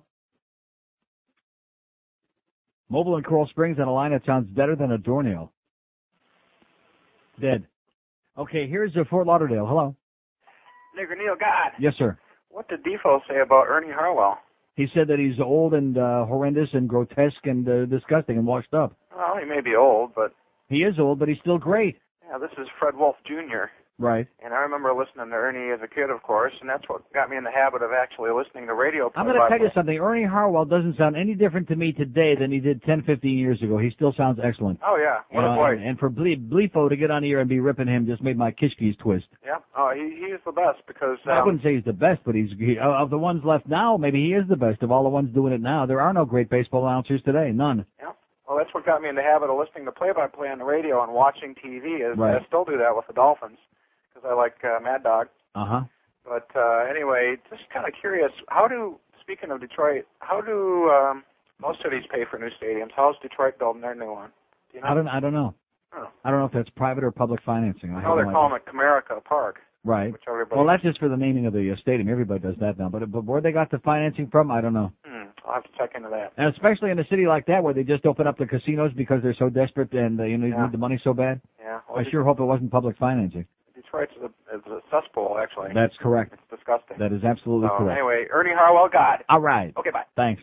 Fred Wolf Jr. there. Remember him? No. I do. 567-0560, pound 560 on the AT&T line. It won't be long now. Sometime in our lifetime, we're going to have that new toll-free line for Fort Myers and all over the world, as a matter of fact. And we're going to encourage people to use it a lot so they run up a big bill on this place because these people are the cheapest pricks no matter what they say, no matter how much Greg Reed denies it. They are the cheapest damn pricks on the face of the earth. Yeah, they pay a lot of money to some people if it's in your contract because that's what it took to get you to sign a contract. But other than that, once that deal is sealed, forget it. Paper clips, huh? No. No. Band-Aids? No. Scotch tape? No.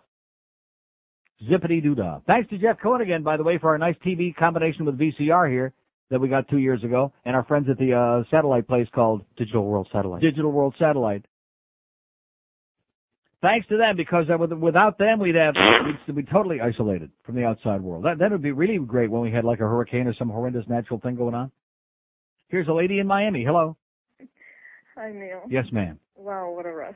You make radio sound so easy. I applaud all the callers, by the way. It's amazing how they make it sound like it's nothing. My heart's in my throat. I really enjoyed that? How's your heart in your throat? I don't know. It's exciting to talk to you. It is. I'm stimulated myself. I enjoy the way you stir it up in this town. Mm-hmm. Can you imagine how boring it would be if I weren't here? I mean, it's boring even with me, but I mean, you know, here. We do disagree at times, but hey, it's the USA, buddy. Right.